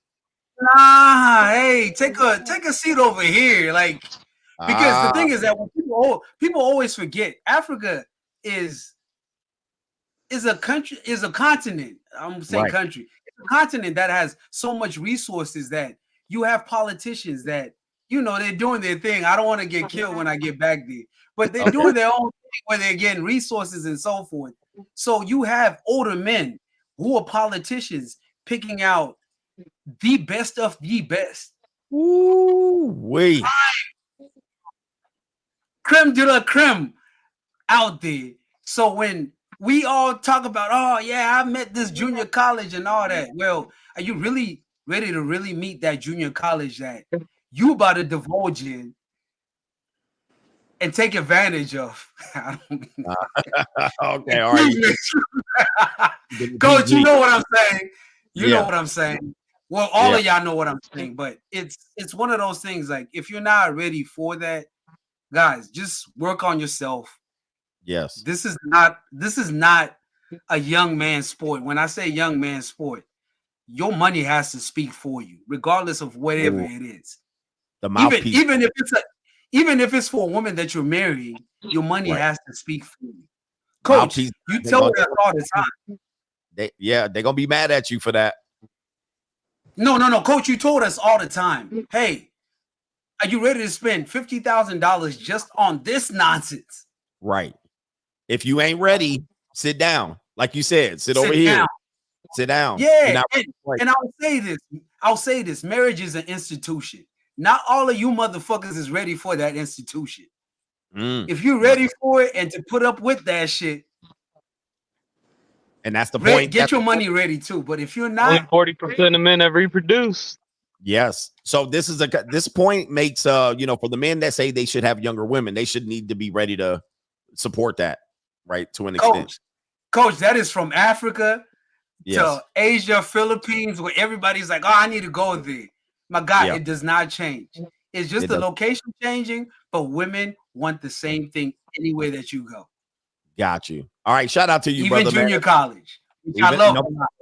Yes, shout out to you, Brad. Peace out. All right, John Doe. We got everybody up that's in the backstage right now. So we're gonna go John Doe, then 350, Elvis, then the Harden Day, then Daniel. All right, what we got, John Doe. All right, thank you, Coach. Well, personally, I'm 42, and ever since I was at least 30 years old, actually, ever since I was 26 years old, I've always dated younger women. When I was 26, my girlfriend at the time was 21, and once I hit 30, I didn't do anything. Like, I think in my 30s, I think I dated an Italian chick who was like 33 when I was 35, and she was a nutcase. I dated one woman who was older than me, who was in her 40s. And I've always been criticized for dating younger women. But the funny thing about it is that, from my personal experience, all the reasons why, first of all, I've been criticized mostly by women, like female co-workers that I was cool with, because I made the mistake of dating people at work, never in the same department, but just in the building. It'd be like family members and things of that nature. Oh, you're going to take advantage of them. Oh, they're not smart. They're not ready, so on and so forth. And from my personal experience, like I said, throughout my whole 30s, I dated two women who were not in their 20s. And the women who were in their 20s, a lot of them were smarter. A lot of them were more cooperative. A lot of them were more driven. Most of them were in college trying to start businesses. They actually had stuff together. Contrary to popular belief, a lot of these older women, at least at that time, a lot of older women really didn't have it all together. Yeah, that's what I see too. The thing about it is this, in my personal opinion, the things that women value in us usually comes with age, maturity, stability, intelligence, a sense of leadership, knowledge of self, stoicism. Most of that stuff comes with age. Like, to be cliche, we age like wine.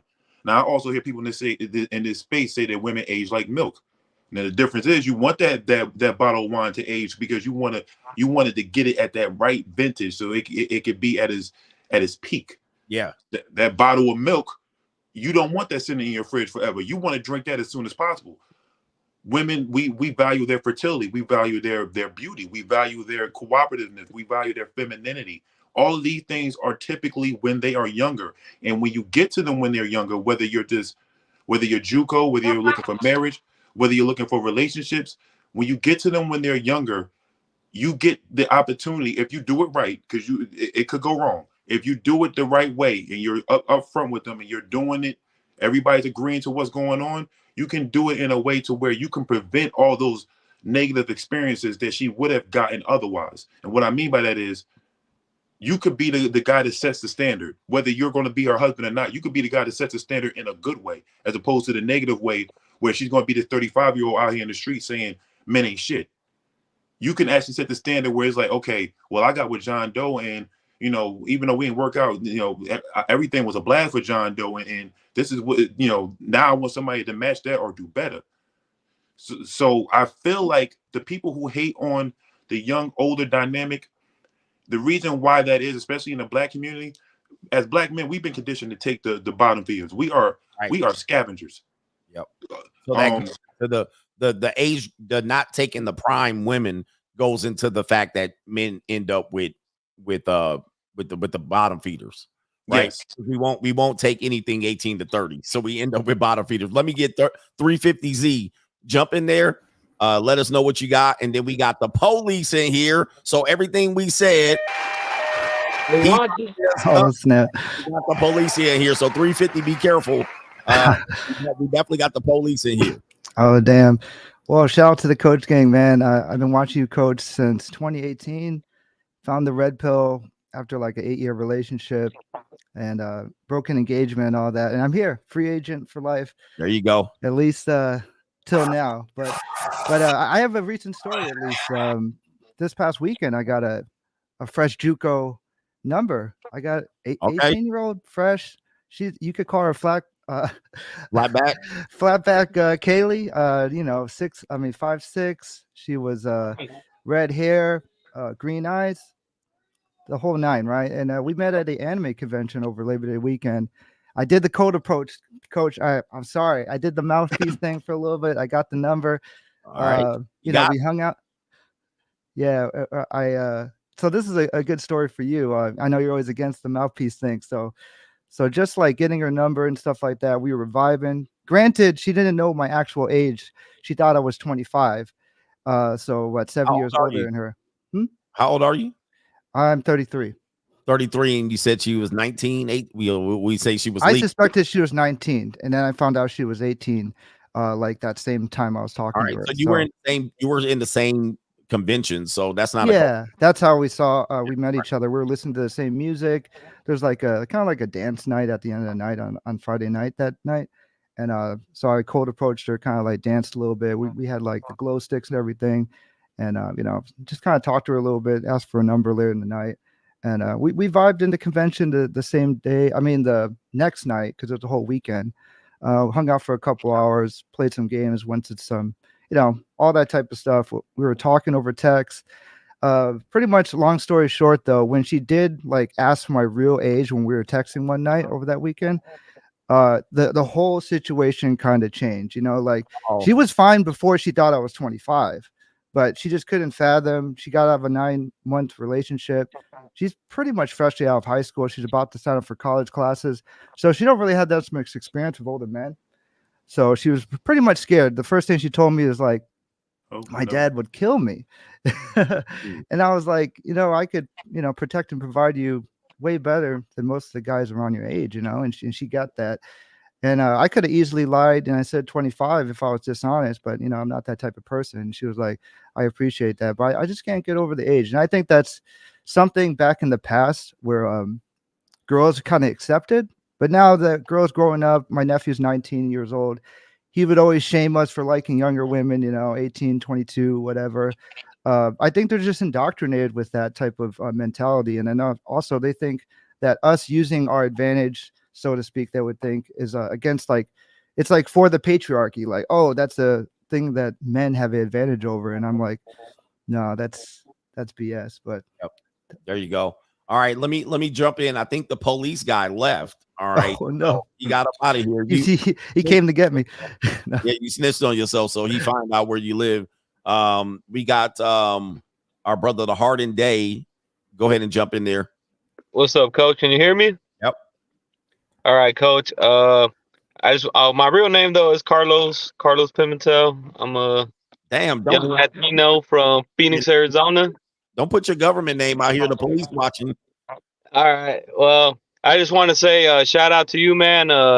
You took me out of a dark place when I found you. I had gotten out of like a 8-year relation, and yeah, it was pretty bad. But when I found you, you definitely confirmed a lot of the things I was thinking.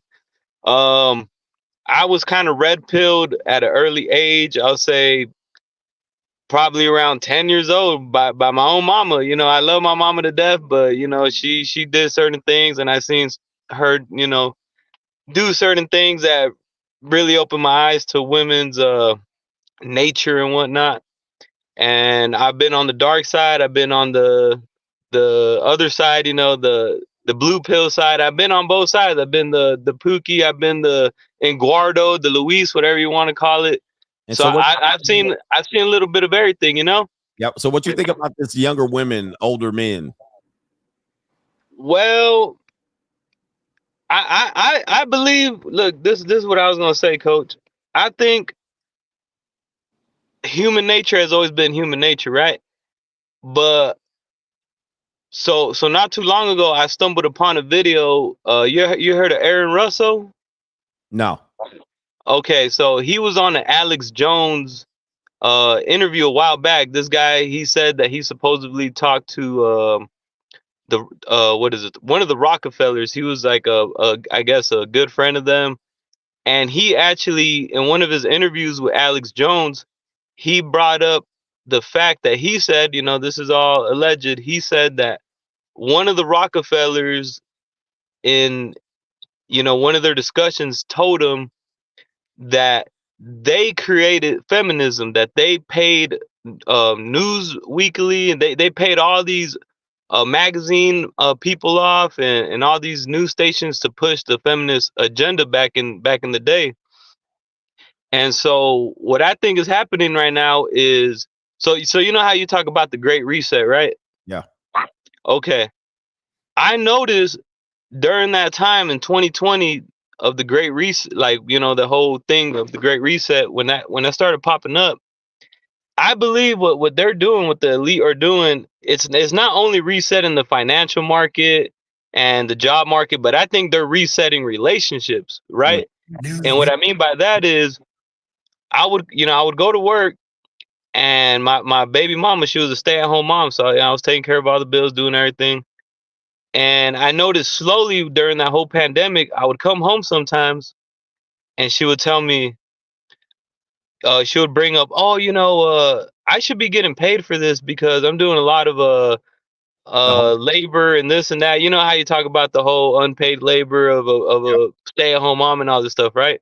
Yep. And I would say, where is she getting these ideas from? Like, and her behavior started changing. You know, she started bringing up like just things like that you talk about a lot. And I would always say, where is she getting these ideas from? And so one day I looked through her phone, and I noticed all these. She would be on TikTok all day, right? I'd come home, she'd be on TikTok all day. So I would go through her phone, and these videos would pop up on her, like most recently watched, and it'd be these women saying, "Oh, if you're a stay-at-home mom, you should be being paid for your emotional labor, or for your, you know, taking care of the kids and all this shit," right?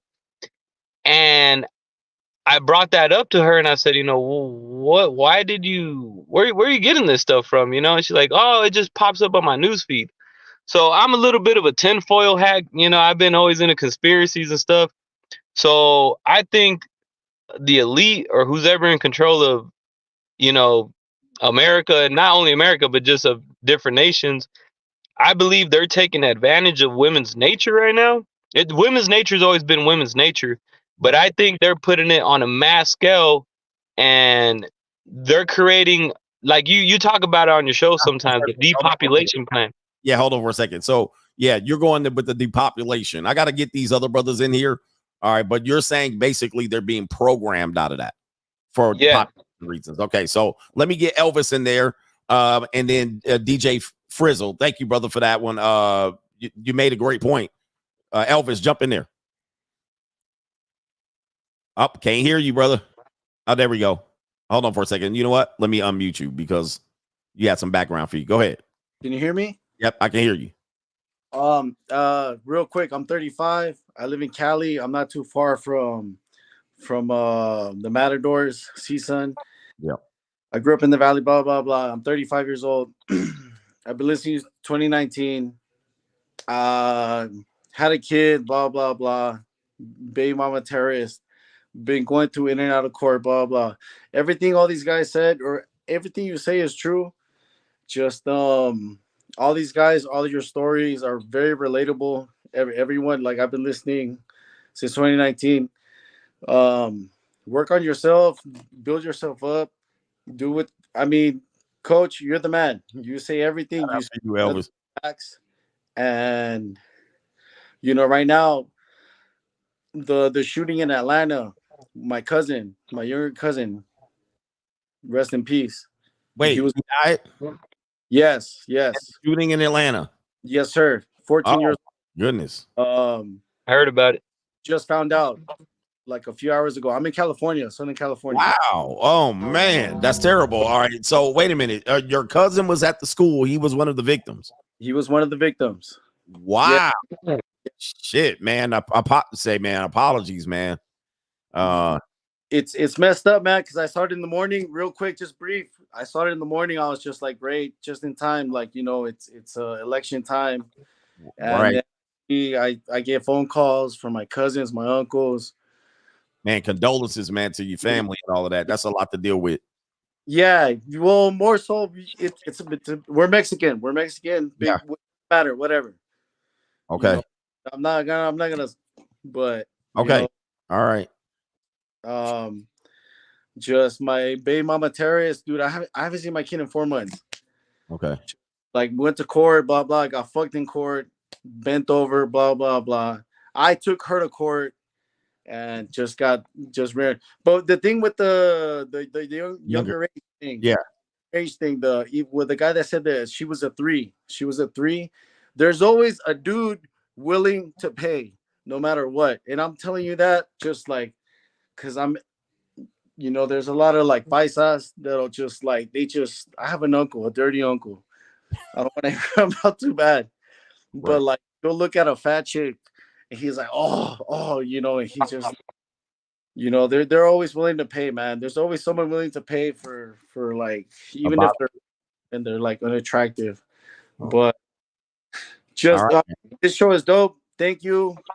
You're amazing. I have your books. Listening to 2019, man, man, go get some rest, man, and get back to your family and chill out, man. I appreciate you, brother, man. Peace. All right, we got our brother here, Doctor. This is our last one, Dr. Frizzle Frost. Shout out to Dr. Frizzle Frost. What's up? What's up? How everybody doing? What's going on, man? What's up, brother? What's up, bro? You said, am I breaking up? Yeah, you were breaking up for a little bit, but you're good now. I'm breaking. Okay. Yeah, man. As far as the topic goes, young women, should they date older men? Appreciate you having me up, Coach. And I teach like self-development, self-awareness and stuff like that. So I'm all about being about self-conscious, knowing what you want. So as far as a younger woman dating older men, I think that's acceptable as long as she's over the age limit. Okay. What if the age limit was 2 years younger? Would it be acceptable? Did everything go through well? Yep. Just asking you a question because this question gets asked often. You're saying as long as it's at the age limit. What if the age limit was 2 years younger? Would it be acceptable? Like you mean like if she was 16? Correct. I think 16 is I think that's a little too young to be just, to be out there like that. So let me jump. So, Do you want to jump in, Travis, on this one? I don't know if Travis is on it. So we are right now. We're saying that 18, as long as the law says 18, it's good. Then let's just say the age went back 1 year. It's not good. Is there a reason why that you think that? Is that conditioning, or you just used to it, or you're like 17? That's that. So the reason why I asked this, you get out of high school. Yeah, I don't want to put you under the gun and your audio's cutting in and out. The only reason I asked that is because that's a common thing said against the topic like this. So we're on the ear, we're all here saying, hey, 18, 19, and that's only because it's legal. The minute we say, oh, okay, 17, everybody starts shuffling. All right, everybody be like, oh, well, I don't know about all that. That's too young. Well, then it would be too young. 18 would be too young. 19 would be too young. So that's the only reason I bring it up, is because a lot of people are going to use that argument that we're literally just saying, okay, as long as it's legal, it's fair. The minute it drops down low, we start being like, is it because we're used to the legal lying? And then all of a sudden 17 and 10 months is too young? 16? Like, which one is it? It really depends on like the country. I mean, outside of the U.S., That's why we have to have rules and regulations, right? Yeah. Yeah. That's why it's really debatable, because a lot of people around the world think differently about it. Can I ask something, Coach? Who is that? Yeah, go ahead. That's me. I do believe in age gap now. Like at the point I'm in, I'm 28 years old. And the reason I say I believe, like, okay, let's say I'm about to be 30 in 2 years. I believe with what I know now and the skills that I've acquired now, I would have been better equipped to handle my baby mama emotionally, but financially too, because one of the reasons why everything went to shit is during the time when we had the kid and everything. I met her when we were 18. We were just young, dumb, just fucking and not really caring about what was going to happen tomorrow. As she got older and I got older, she had a certain thing in her mind. I wasn't too sure. And what I mean by that is around 25 years old, I was happy with my job, but there was still certain things that, like my name implies, the hardened day trader. I started learning how to day trade around 23, and it's not easy, right? So I tell some of the guys that I work with, you're young, yeah. You think, okay, I'm young, I'm gonna give me a young girl, or like around the same age, and everything will work out because we're the same age, right? We should think the same, but that's not the case. And what I tell guys is, if you have a certain like business, or you want to open up, I don't know, a fucking taco stand, if you do it during the relationship, especially if you have a kid in between the mix, and she sees, hey, he's kind of swaying off the path right now. Like, let's say you bring it up one day, like, hey, right, baby. Hold on for a second. We don't want to go too far or around. So just quickly go in there, jump in there. What's fair? You're too young. You were 18. Okay.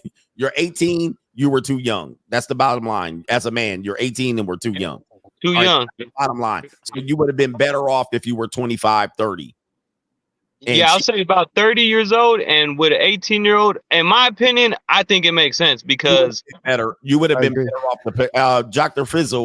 Frizzle, you agree with that? Yeah, I agree with that. All right, let me jump somebody in there. Your microphone's cutting out, Dr. Frizzle, right here. We're gonna end up with these last two brothers. 350. You want to jump in there? Last point. Yeah, I just wanted to, shout out to the Coach Gang again. Thanks for having me on. Yeah. I did want to add on his point. The last guy to talk about, like when women get to 25, that's like the earliest they really want to get married at that point, and they see a lot of their friends having kids and things like that. So if you don't have your stuff together around that age, that's definitely facts. But I definitely agree. When I got engaged around 25, I'm way more equipped at 33 than I was at 25. So I agree that for young women out there, they definitely have to change their mindset to, as long as it's the right guy, right? And they're not being manipulated to some degree, and they don't think it's like grooming. And if you have good guidance, I think there's nothing wrong with that. All right, shout out to you, man. Shout out to you, student. Go ahead, brother. Hey, Coach, you've been a big influence to me. Appreciate you. You know, I watch you every day. You know what I'm saying? As far as the age gap thing, you know, girls just want to have fun out here, Coach. And if dudes gonna keep on grabbing these 18-year-olds and think they're gonna follow their program for a long-term solution, it's most likely not gonna happen for them. You know. All right. They're not following at 18. You're saying it don't matter. Yeah, I doubt it's going to happen for these guys thinking they're going to grab a 18-year-old at 30, 35, whatever. Right. Going to follow their program. Most of these guys don't even know how to lead correctly. You know, they're going to have to develop themselves. Right. They want. That's why I listen to you every day, because you're a good guider to a lot of young men that's out here confused and shit. So yeah. Hey, question then, last point. Do you think that a 30-year-old woman in 18, do you think people would care about that? Do you think that she would better, like, we had a woman here that said she was 48 and the guy was 28. So everything we're talking about, everybody's worried about, oh, we're going to be on the FBI list. But if it was a 30-year-old woman and an 18-year-old young man, do you think the world would care? Do you think the people in America would care? No, they wouldn't. But we would. We would definitely speak men. Something. But what will we call her a pedophile? Will we put her on the FBI list? Oh, sorry, Coach. No, go ahead. Most of the time she'll be targeting somebody that has financial wealth, right? So we'll speak up on that. As men, we'll see how much she's a predator to these young men. And most of the time we don't like women to get pregnant and hit us for 20K a month. And you know, it's just ridiculous out here. So yeah, we'll definitely speak up on that as men. Yeah, but that's us though. But we're talking about the blue pill society. Because today a lot of guys are uncomfortable. They're like, what are we talking about? Age gap. But if it was a 30-year-old woman and an 18-year-old male, would we still look at that as predatory, as she's committing a crime? No, because they're so blue pilled, they always think the woman's right? Right. So they're always gonna give her the benefit of the doubt. And you come on, you're a bad sensei. Yeah. Give us the real, man. Because I can say what I feel, but at the end of the day, I want y'all to say it. This is y'all's part of the show. You already saying it. Isaiah, let me see what you got, and then we'll come. Isaiah, what do you think on this piece?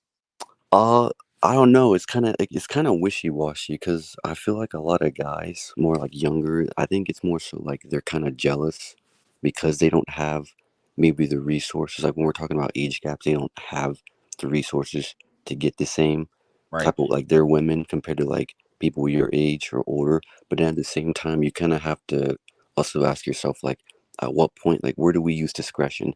Like, hypothetically speaking, if they were to lower the age, does that make it right to just go down lower because they lowered it? So it's like, my thing is kind of like, at what point do we draw the line? Like, is it okay for a 13-year-old to get with an 18-year-old? You know what I mean? So like, just stuff like that.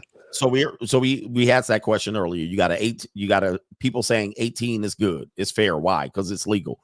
Do you think it's fair? If you're 35, do you think that's fair? A student is saying no. You're saying 35 and 18 is a no-go. Okay, but if it's a woman 35, male 18, you're saying no. You know that's predatory. Okay. All right. So we can be fair on that one. We know when we go straight up, hey, look, I'm gonna do this for you. Yeah. You know, I'm trying to help you. What you need, school books? What you know what I'm saying? We're trying to help out of the situation that she might be in, but we're not taking advantage of these women, because they'll be doing it regardless if we're there or not. Okay, so, and Isaiah brought up a good point. It might be the men, because nobody's even taking this position. The man and the younger men are gonna hate.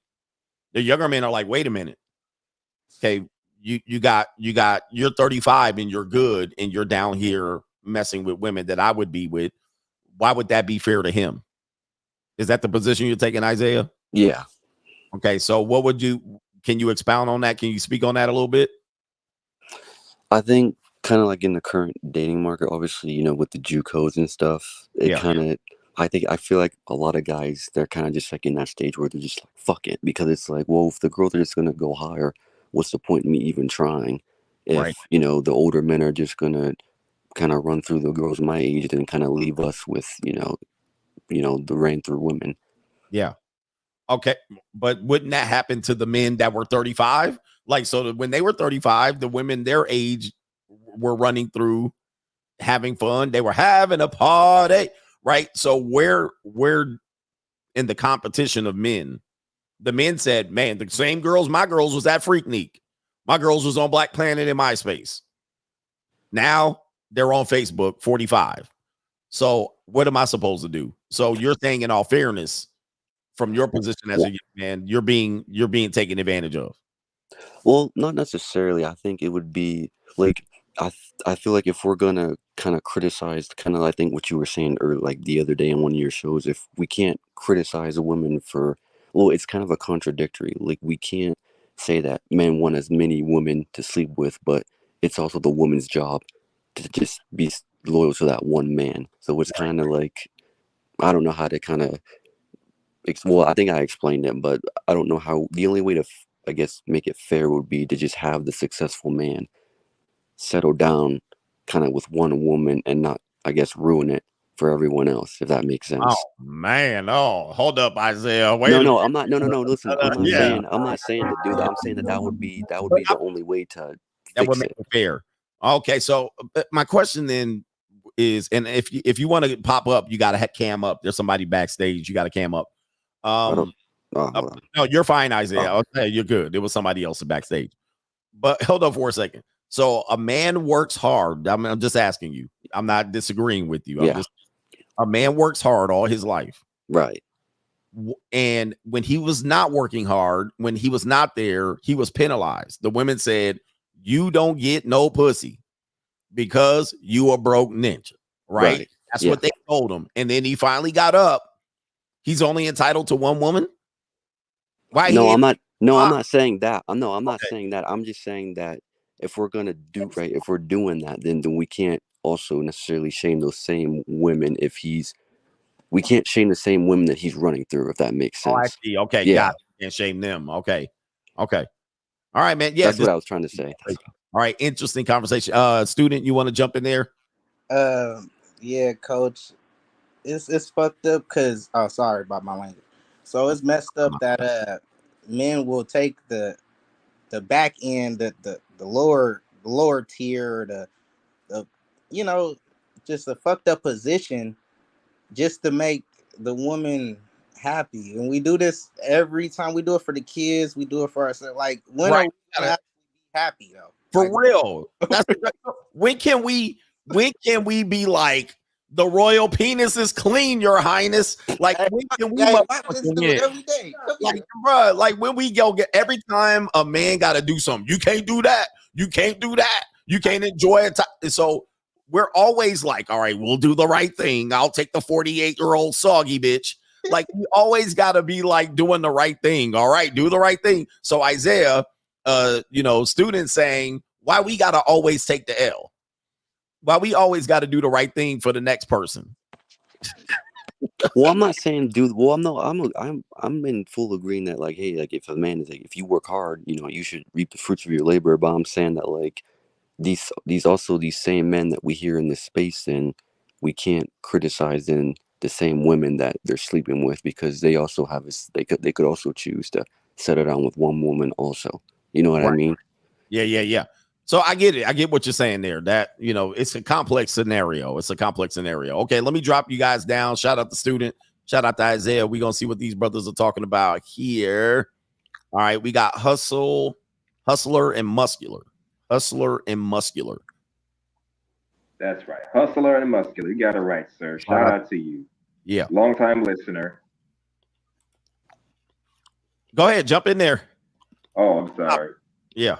Yeah. Earlier, y'all mentioned the 48-year-old that met a 28-year-old. Yes. Yeah. I'm going to tell you straight up. Ain't nobody going to shame her for that because of the damn double standard. Older man gets a younger woman, it's a problem. He's a predator. He's taking advantage of her. But let it be an older woman, younger man. Now no one gives a crap. I mean, seriously, Drea Michelle got knocked up by a dude half her age, and look what, and she barely got any backlash. Hell, I did my own show on that a few months ago. Drea Michelle and what's his name, NBA player Jalen Green. Yeah, so she can get away with that. No telling who else can get away with that. So you're saying men should not worry because Drea Michelle targeted a guy. Obviously, she's used him and she can get a financial gain. Completely used the guy. She got a little bit of backlash, but they swept it under the rug. Well, as if we do it to a regular girl, they calling us all kind of pedophiles. They trying to throw us in jail. That's where your point is? Absolutely. Okay. And it's just not a fair double standard. I mean, if the general consensus is everybody should date their own age, that should go to men and women. If at 40 I'm dating a 20-year-old, that's inappropriate, which I wouldn't do, by the way, 'cause I prefer people my own damn age anyway. Right. Then hell, by the same token, you're a 40-year-old woman, you should date men your own age. Got it. Okay. But Yeah.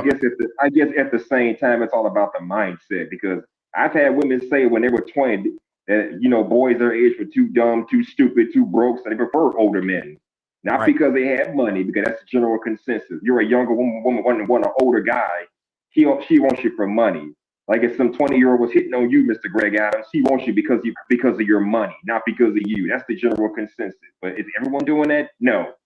I'm not gonna say every woman is doing that, but be mindful of that. Just be watchful of that kind of stuff. Yeah, man. Me personally, I wouldn't date no woman under the age of 30, but that's just me. To each his own. Maybe you gentlemen feel differently, but you got to be at least 30 or up. 30 to 35 to ride this ride, okay? I'm done with them 20-year-olds. They just That's for just fun. my I appreciate that, man. Shout out to you. I can't even say that. Yeah. I appreciate it, man. Let me move on with these guys. Appreciate you on that one. Shout out to you. Okay, we got like 3 more guys, and I got to go to bed. Y'all got to go to bed, and I got a show to do in the morning. Jonathan, what you got? Hey, Coach, man, I just got to give you your props. Oh, man, I'm excited with this new direction when you're letting users come up here and interact with you. Yeah. But I'm from Detroit, Michigan, and these girls, ever since in high school, they have been choosing, like you were saying on your show, that you would see these girls you're in class, and at the end of the day, they getting in somebody's car, and driving away. And these guys don't go to your school. Right. They're either in college or they could be some type of plant worker working at either General Motors or Chrysler or Ford or something like that.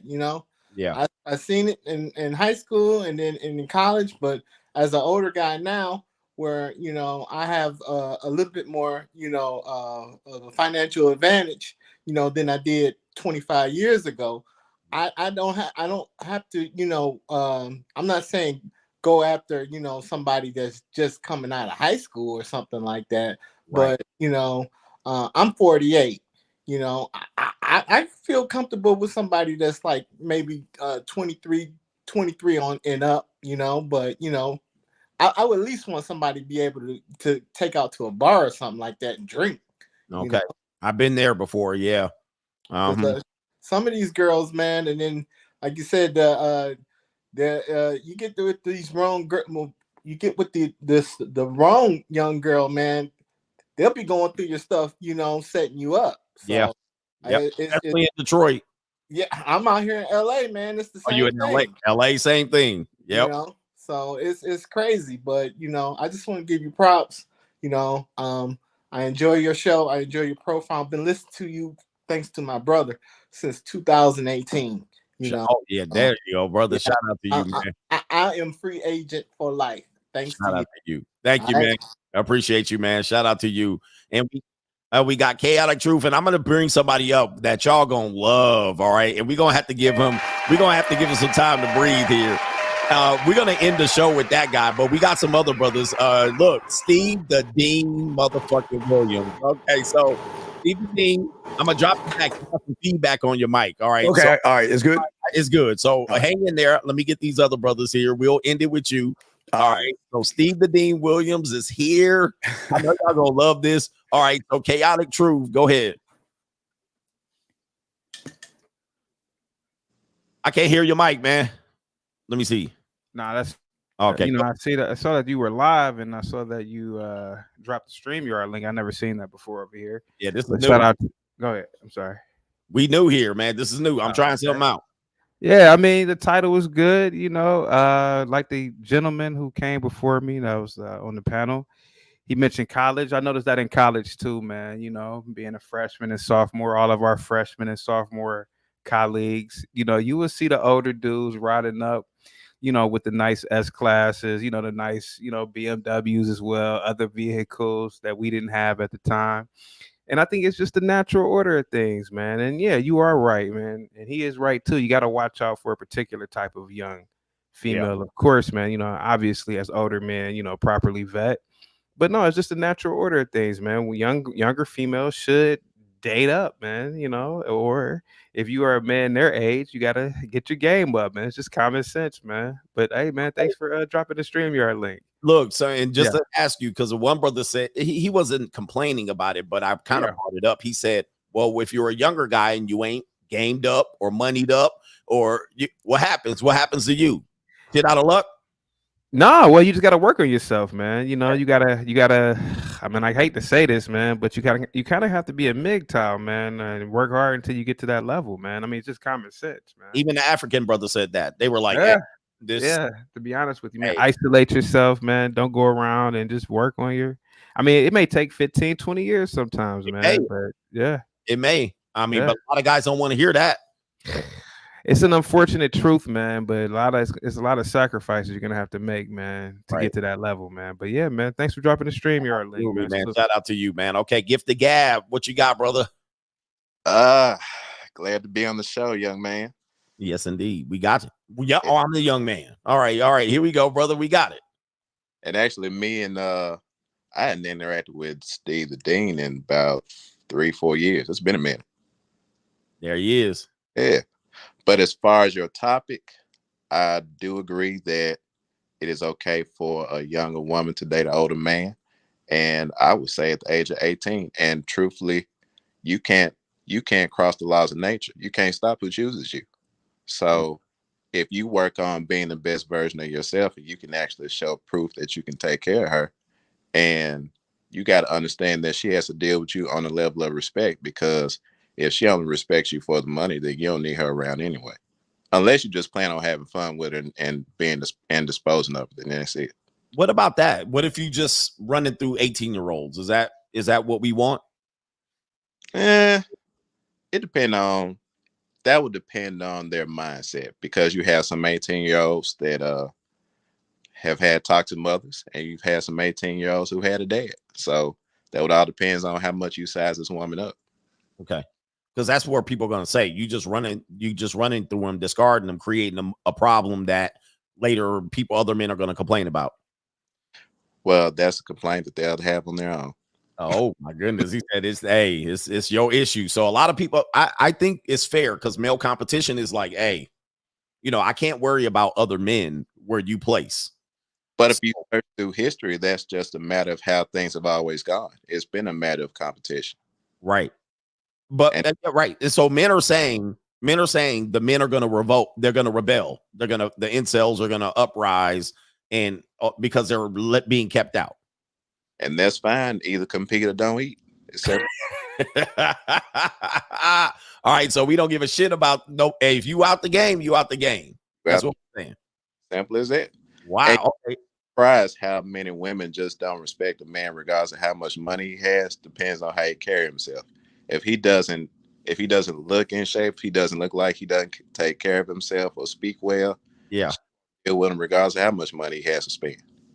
And the point I think where we're always going to say this is, people have been insinuating this, whether the girl's 15, right? The high school guy that said, hey, the girls are going to pick where they're going no matter what. So we can do and say what we want, and we can try to regulate the marketplace by saying you get a girl, you get one girl only.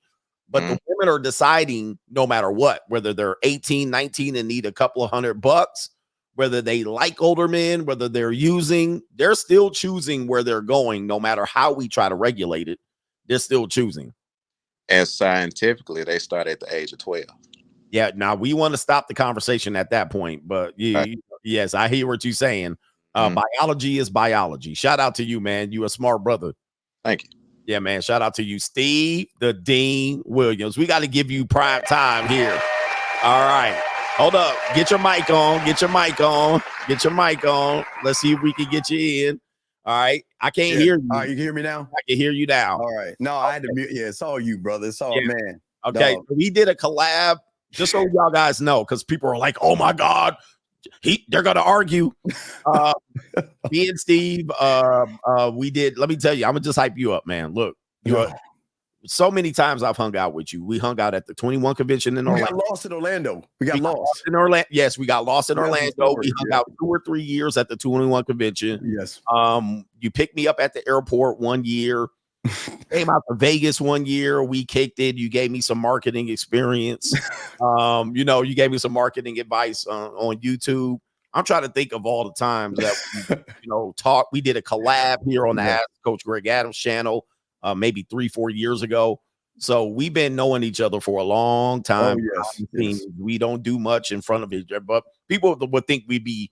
No. We're like fam. No, man. We like fam, man. I love what you're doing. Yeah, I see you pivoting. I said, oh snap! I got to say hi to my dog, man. And, because you got 2,000 people. I mean, I try to say what's up to you. I mean, the things moving so fast. I mean, man, hey, dog.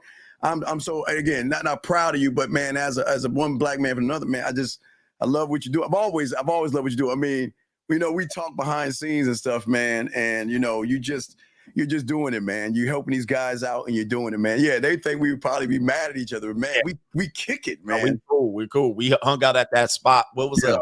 Oh, the spot with the college chicks. College chicks. So we saw them young girls come into that spot that we hung out with Orange in Orlando. So what do you think about this topic, man? Younger women, older men. Well, yeah, I've always, even now, the young one's going to hit us up. I think that they should be. Well, I won't say necessarily older men. I just say people that can elevate and educate them. You know what I mean? Especially in the sexual way. I mean, a lot of these women, unfortunately, meet people who have high school thinking. But when they meet older men, Greg, come on. Yeah, again, Greg, I mean, I don't know if I'm not, I mean, Greg, I mean, okay, you know what I mean? You know what I mean? Yeah. So, because, hey, guys, just being at the airport with this man, I remember at the airport. I mean, I was talking about the airport. You know what I'm talking about. Yeah. So the women are going to gravitate to assertiveness, dominance, and they're going to gravitate to someone that can say no and get the, can I cuss or no? Yeah, I'm not monetized over here. So. Okay. But then someone can say, "Get the fuck out of my face." I mean, like fuck you. You ain't special. You're not important to me. You know what I mean? It's just your pussy ain't important. Your ass and titties ain't important, and it's all about my diamond dick at the end of the day. I mean, you know what I mean? So yeah. So remember when we were in Orlando at 21, they had that one lady that was, she stood up and talked. It's not the Jamaican lady, but it was another one, a Latina lady. Mm-hmm. I don't know if you remember her. She stood up, but then afterwards she was floating around and she had other guys. She was putting in her work. She was gravitating around trying to figure out which guy she was going to settle in. And yes, she kind of distracted the convention and with her efforts because people were still trying to compete. But she started picking out the speakers or the prominent people in the convention just right there. We were seeing what the female nature was. She was an attractive Latina woman, curly hair. And she was on me. She was on another couple of two dudes. Oh, wait. That's not the one who had the guy had a husband. We were eating. That's not making. Yeah, but we were eating. No, she didn't have a husband. She came with 3 ladies. Okay, because I remember. Okay, I thought there was one where you and I were sitting, and then there was one that was kind of floating around, and she had a man, but she. Okay, I don't know if that was it. Might be. All right. Okay. A bunch of different women, but anyway, a lot of times we see this positioning that the women are doing, and most of the time she was going towards dominant men. Yes, going through the most assertive guys. She wasn't picking out the lames, the losers. She's picking out the assertive, more masculine guys. But that's what's happening in our world today. So men are getting quite confused. The world is telling them, pick someone your age, which most people do. Mm-hmm. Like most people pick someone very relatively close to their age. Yes, relationships, overwhelmingly women dominate these relationships. Absolutely. One thing I'm sure about you and I, like I said, I've been fucking since I was 13. So I've always, like you know, we just adapt to talking to older women, number one. Right. But as we got older, you know what I mean, as we are older, the younger ones are driven to come to us because of the structure and leadership and dominance that we have as men. Right. So they naturally want this. Oh yeah. Oh yeah. And without, yeah. So, but then we find that those relationships, they have all relationships have where men have problems in relationship is in that close age range. They get confused, disoriented. They're listening to her. She told me this. They call into your show. She said this. She said that. And you're like, man, what are y'all doing? So is it fair to say, even though people tend to date close age range, those relationships don't favor most men? No, they're not gonna actually favor you, especially when the woman. See, you gotta understand that most of these women are used to thinking that they run shit. That's Right. the problem. They think they run shit until they meet somebody that says you ain't running a motherfucking thing. You know, if you're not on my program, right, you're not following what I'm doing, there's the door. Because those that they run to know that you know, fuck your pussy. Your pussy ain't special. You know what I mean? It's my dick. It's about me. I'm special. I make you special. You ain't shit until I decide you have value. I don't give a fuck how many affirmations you do, how good you feel about yourself. When you get around you and I and real men, right? What are you? You know, I mean, because you know, like, you know, on the back, you know, the women, you know, they know what the deal is, and the word thing about it is, they know if you have other women, they'll still fuck with you.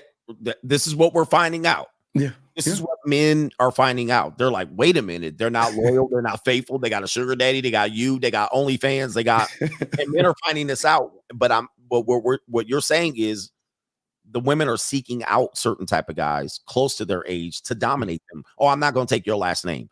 Oh, I'm going to name my kid. You don't get to name them. Mm-hmm. Sex tonight.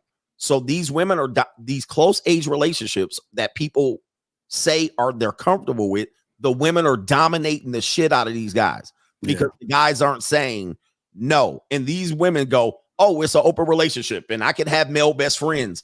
They're literally getting dominated when the age is close. Yeah. That's absolutely, and that's why you were around to wake these young men up. We have to dominate. I mean, women want to be dominant. I don't mean like smack around and shaker dominance. I'm saying that, listen, what you think you are, you ain't shit. Because I mean, most women are the subtotal of average guys anyway until they run into a man.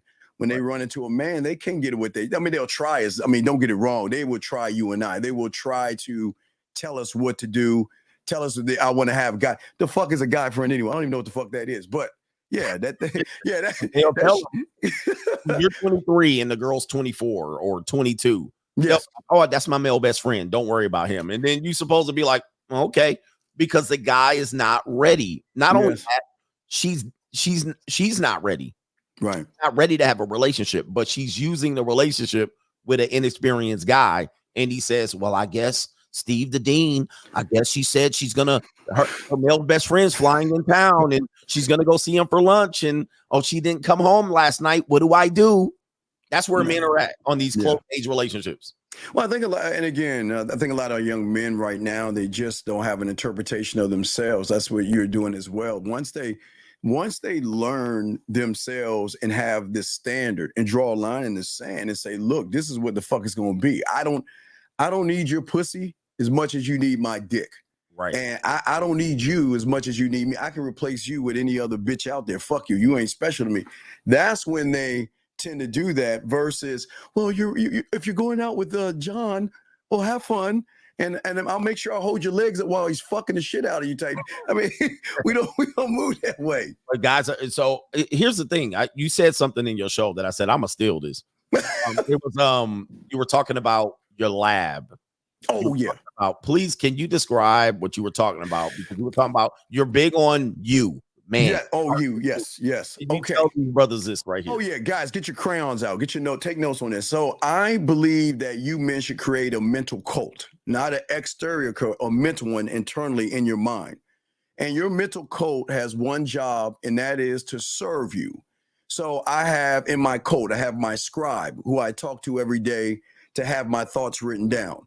I have my marketing team who I market myself. They're there to market me sexually as far as being smooth, kinky, dirty, nasty, naughty, romantic, smooth, and all those other things. I have my blacksmith to be able to interpret information to make it for me. I have my my studio. The way I talk to women, I can turn the knob up or I can bring the knob down based off of what I want to do.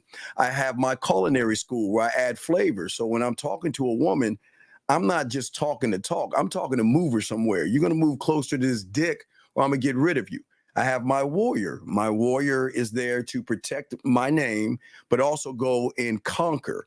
I have my Senate where I create laws, rules, codes, standards, principles, and mission statements for myself.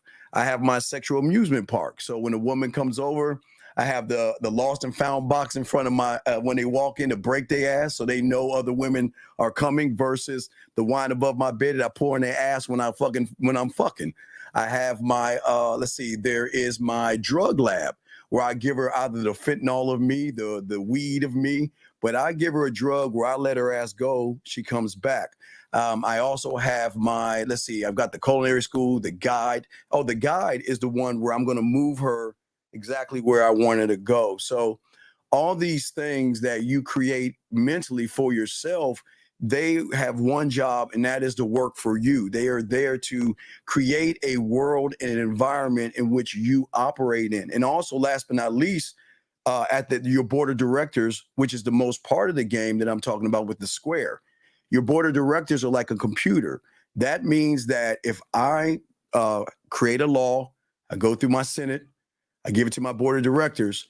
That means if she says, I'll give you an example. If I'm brushing my teeth, Greg, and I'm like, you know what? If a bitch has a nerve or gall to say she's going to hang out with some guy, I'm cutting the bitch off right then and there. I don't give a fuck if I put my tip in the pussy. I'm cutting. So then I've got to go to my Senate and make that law. And when that law goes to my board of directors, which supersedes me, board of directors is like a computer. It's like, fuck your feelings, emotions in your pocket. The moment it happens, it's the moment I make the move. Yeah, the moment, it's like a computer. It's like, see, the mind works for you, Greg. You know what I mean? When you allow and give it the access, we all have the same thing. We just got to remember how to train our minds to say, you know what? This is what, I wish a motherfucker would, look, it's Greg. I wish a woman tell me, I don't know. I'll think about it. I'm not sure. I'll get back with you. Man, I'm going to cut that bitch off so fast. I'm like, get the fuck out my face. You wasting my time. So so a lot of these things, a lot of people don't have this. And when they don't have these things, because I always say you have a philosophy. Yes. My philosophy is the free agent lifestyle. I stand on it. That was my Senate, my law, all of these things. Yes. And then when I need to go back for guidance, if I ever, because I'm a human being, I can fall out of alignment. I can fall for an okie doke. I can have a sugar baby try to run some it could be a whole bunch of things. Yes. But when things are out of center, I get a feeling in my belly. Yes. Right. I get that. Is she trying to play me? I'll automatically go back to the free agent lifestyle as a guide. My guide. Yeah. It's your North Star. Yes. I'm sorry. And when you said my studio, this is my craft. This is my space. So when I need to find it, let me get away and think about this. And then I can broadcast my feelings and then share with other people. That way, that becomes less important. And we're trying to tell men, these are the things that supersede, not all that game and coming up and being awkward and running. This is not going to help you if you don't have the other stuff. Right. That's, I forgot to answer. That's the film room. Every night. Yeah. The film room. Every night you sit, even if you have the lights out and go to Netflix and turn on the fire, you can do a fireplace on Netflix, turn the lights out, look into the fire and go over your day. Because the thing about you and I, King's English, is that the beautiful thing about us is that we evolve every day. The Greg you are today is not the Greg you are tomorrow, because Greg looks over his life. He goes over his life to make the proper adjustments, not for the Greg today, but for Greg tomorrow. And that's what the film room does. It allows you to, I've always said, Greg, and I think a lot of people get things wrong when it comes to rejection and fear. I keep telling them, there's no such thing as fear when you have this mentality, and no such thing as rejection. Because I always tell them, where does the motherfucker live? Then why don't you tell Greg and us where fear lives, where street he's on, so we can go fuck him up? Because then they're like, whoa, wait, there is no fear. Right. A woman is allowed to do what the fuck she wants to do. All I can do is give her a chance to get on my dick. That's all I'm doing, Greg. That's it. All I'm doing when I see her is that, listen, today's your lucky day. You won the lottery. And now you get a chance to suck my dick or fuck me. And what you do is your choice. And Greg, when they say no, I'm cool with it. When they say yes, I have a problem because the expectations I have for myself, I'm hard on myself. So I because I always tell guys, I got a gambling addiction, Greg. I'm a crackhead and I'm an alcoholic because I drank me, smoked me, and I bid and push all the chips to the middle of the table when I see a bitch because it's her lucky day she can get on my dick, dog. But a lot of people don't have, a lot of men, what percentage of men are struggling with this, right? They're going, you know, the girl says my guy friend's coming out of town. We're going to spend some time at a hotel and dinner. Most guys are like, what do I do? They don't have anywhere to go center this. And then me or you, and then we say, what's wrong with you? Just kick her to the curb. Well, I don't know what to do. And we got a 3-month lease. And, you know, they start coming up with reasons and justifications. That's why to stay. But they're digging their own grave. We're telling you, you're digging your own grave. Every time you don't go back to your lab, your game room, every time you don't go back to your philosophy, every time you don't go back and say, she's done, no matter what, I draw the line, that's where we lose. I lost there in marriage. I gave too many possibles until she didn't respect me. Right. Yeah. And that was my L. Right. We all take L's. Next time. I know the next time not to do that. Where we're trying to teach guys, no matter if you think you're going to run a game or free agent lifestyle, you have to have principles. Yeah, it's for a lot of young men, we try to get them to see the love. I know it sounds cliche, but loving yourself, that's what it comes down to. It's loving yourself to a point where you draw a line to say, I'm somebody. And that bitch ain't nobody until she proves to me that she's somebody. Because I'm not going to say that you're sexy, beautiful, and gorgeous. Fuck no, I'm beautiful, sexy, and gorgeous, bitch. You gotta earn that shit. You gotta go to Gander Mountain, get on your shoes, find Frodo and Bilbo fucking Baggins, and you gotta climb this mountain to my dick because the first step is, are you worth my attention? Are you worth my time? Are you worth my motherfucking respect? Because you don't get the dick. You gotta work for that shit. You gotta show me that, look, I don't give a fuck about your ass and titties. What the fuck are you? Because I'm the shit. I know who the fuck I am. And I'm the only motherfucker that's going to educate you and elevate you. And if things don't work out, I'm going to leave your ass off better than I left you. But you won't do a motherfucking thing for me. Okay, so most guys ain't going to be able to do this, Steve. Right. No, it's a process. Right. I'm sorry. Yeah, I'm sorry. I get caught in the moment, dog. But yeah. This is not for most guys, man. Right. No. It's, most men are really in a position where they're trying to figure out how to get more for less. Yes. Like they don't have a philosophy. They don't have a game room. They don't have no money. They don't have a house. They don't have a car. And I'm going to figure out how to get more for less. Yes, sir. Do you think when you were talking about the rejection and you were talking about approaching a woman and, hey, you're beautiful, will you be mine? Right. Where do you think the problem in that is? Well, the problem is that we see beauty and put women on a pedestal versus put ourselves on the pedestal. Once we are able to realize that, I mean, everybody doesn't see. People don't realize when they hear the cliche word you were born a winner. Right. I stand on that because that's the truth. When your mom met your dad, it was a great race, and it was at that time that you didn't have conscious thought or subconscious thought. And it was something inside of you that said, fuck my brothers and sisters, fuck all the white T cells that's knocking them motherfuckers off. I've got to get to the egg. But what happened was you got to the egg. You're here now because you had something in you. And I'm saying that every man has that, Greg. Every man has that inside of them. They just don't know where to find it because the moment they have conscious thought, they realize or put themselves down and feel like I'm not good enough or she's too pretty. It's like a judgment, Greg. It's like, you judge yourself. I'm too short, too fat, too old, too this or that. And then you look at the woman and judge her. She's so pretty and beautiful and all this other stuff. So what these young men have to start doing is they have to get rid of the judgments and start realizing and be proud of who you are accept you. Because Greg, how tall? I'm 5'7". How tall? We short motherfucker. How tall? We're about the same size. Yeah, we about the same height. Yeah, motherfucker. Yeah. I mean, I've been fucking since I was 13. I mean, Greg, we've been fucking, and my height has never been a deterrent factor. And Greg, I just turned 53, and I'm still getting them. Matter of fact, I'm not gonna show you. I was gonna show you. I was gonna show you. So yeah, no, I'm sorry. I was getting all excited like we always do and shit.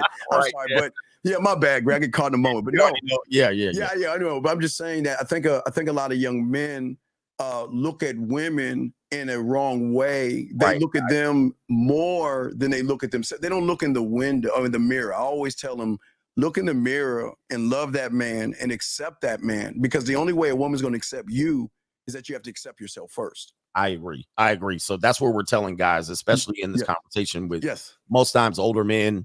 When a man's older, he can accept himself. So even when other people don't accept them, they'll still try to tell you where you ain't. Well, you ain't rich and you ain't got no hair and you. But then on the yeah, right. But guess what happened? These men on the show just verified that girls that their age are fucking with us. So there ain't no denying. Like men used to deny it. Oh, you ain't getting them, and them girls don't yet. But we're now heard with 100% facts. If you might not have been here on the show, that they said these girls are out here and it's happening.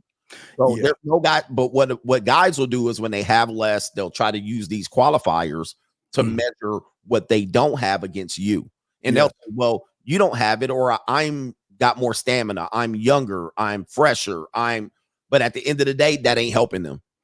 Right. They're not helping them because they're still angry or they're still messed up. They still don't have the philosophy. They still don't have the experience that's making them feel the way about women. Oh, she's beautiful, so she's out of my league. I always tell her, she ain't out of your league. She just out of your price range. I mean, right. Like she just out of your price range. If you had the right dollar amount, she'd be on your dick. Mm-hmm. I mean, that's just what it is. I mean, look, it is what it is. That's just how it is. And people be like, nah, it ain't like that. We just got confirmation from other people that that's happening out here, whether they like it or not. And so, so we got to get these men to at least believe, to get to the philosophy of themselves. Yes. Speak positively about yourself. Mm-hmm.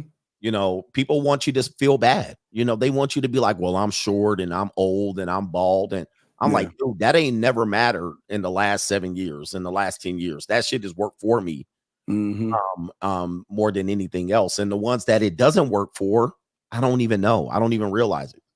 Yeah, these guys, they got it made. Guys, again, we're old, so we had to go up the mountain both sides, like with no shoes on and everything, and we didn't have the technology you have. You guys have access to every woman that's actually connected, and they are going to fuck with who they trust, that is going to allow them to be the whores and sluts that they want to be without acting like them. They just screaming man, and they just want someone to pull. They really want men. I mean, I think that's where Western American men have failed, is we were listening to them tell us who they wanted when it was the wrong person the entire time. They don't want players. I don't want a player. I don't want a guy, and literally whatever they say they don't want, that's what they wanted. Right. Oh, Your experience where they were like, I don't want a guy, I don't want to hook up, I don't want this, I don't want a guy that has this, I don't want a hockey guy, I don't want an arrogant guy. That's who the fuck they ended up with and who they wanted. Man, I don't give a fuck what she wants. I mean, that's like Charlie Brown, womp, womp, womp, womp, womp, all that want stuff, man, because I'm her need. I don't care about her wants. You can want what you want, but I'm not taking you out. I'll take you to Lake, spread your ass cheeks and feed the ducks. I'll get a loaf of bread, and that's all you're worth, a loaf of fucking bread. I'm not taking your ass to dinner, or we'll get some ice cream or something, but that's it. You're not getting anything that and dick. If you don't like that, that's it. And they like it's the attitude behind everything, Greg. I mean, Greg, guys smiling at you. Go ahead. What you gonna say? No, I'm saying you're no, I was pointing the wrong way. This motherfucker, we get the attitude is your pussy just ain't special. You're just not special to me. And they, because they're so broken, Greg. They're so fucking broken. I tell these guys all the time. I'm like, they don't know when they're coming or they're going. We tell guys, Go into the monk mode. We tell her you go free agent and get some time to yourself. Yeah. We're telling these men, and it's hard to hear for women. Women they'll disagree in public. These women are broken. Yes. They're broke and they're broken. They don't know Yes. what the fuck is coming. They don't know what they're making the wrong decisions. They making the wrong turns. And these men are listening to these women. I always tell them, listen, let me tell you, before you talk, I always tell them, never listen to a young woman. She don't know what the fuck she's talking about. And then they'll be like, yes, I do. And I always tell them, ask a 44-year-old woman, would she listen to the 24-year-old version of herself and take life advice from her? The answer is no. 99% chance she says no. With that being said, a 24-year-old woman, 25, she knows nothing about what she wants. But we're putting all of our eggs.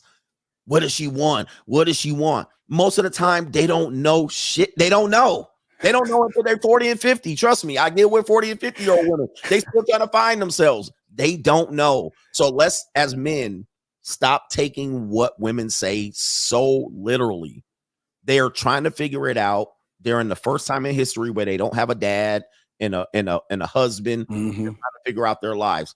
Let them figure it out, but don't let them affect your lives negatively. Last word. Oh yeah, absolutely. They're just ups and downs, and they're just full of fucked up ass emotion. They're broken as fuck. They have no value. They have no self-worth. They have no self-esteem. They have no self-image. They have no self. They are all literally fucked up.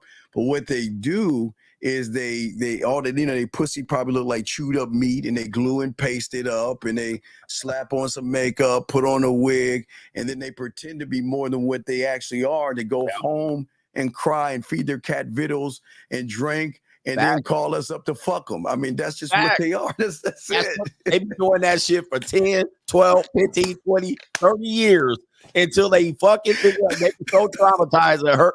I'll be like, bro, they're lost, misguided, undecided individuals. So shout out to you, man. Thanks for joining me. I'm going to sleep, man. It's an honor, man. Hey, guys. Hey, let me tell. Hey, he talking about me real quick.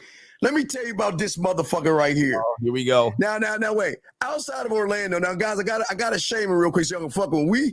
We got lost and we were walking for at least an hour or two. How long we walking for? Trying to find our car in the garage. Yeah, in the garage. Yeah. Walking like Kane on Kung Fu. But let me tell you about this man right here. This man right here, he's a great man, and y'all are in great fucking hands. He really cares about you in a way where he wants to get y'all to interpret yourselves, to learn a new concept, and he is grinding, he's busting his ass, and regardless, hey, listen, there are people that are not going to like him because you know why? He's trying to change your mind, and he's trying to give you a new interpretation of a whole new reality in which you guys can have. That's the free agent lifestyle. That's something that you can have yourself. But Greg, man, Greg, it is always an honor and a privilege, man. And anytime I get my ass to Vegas, matter of fact, I got a bitch flying me.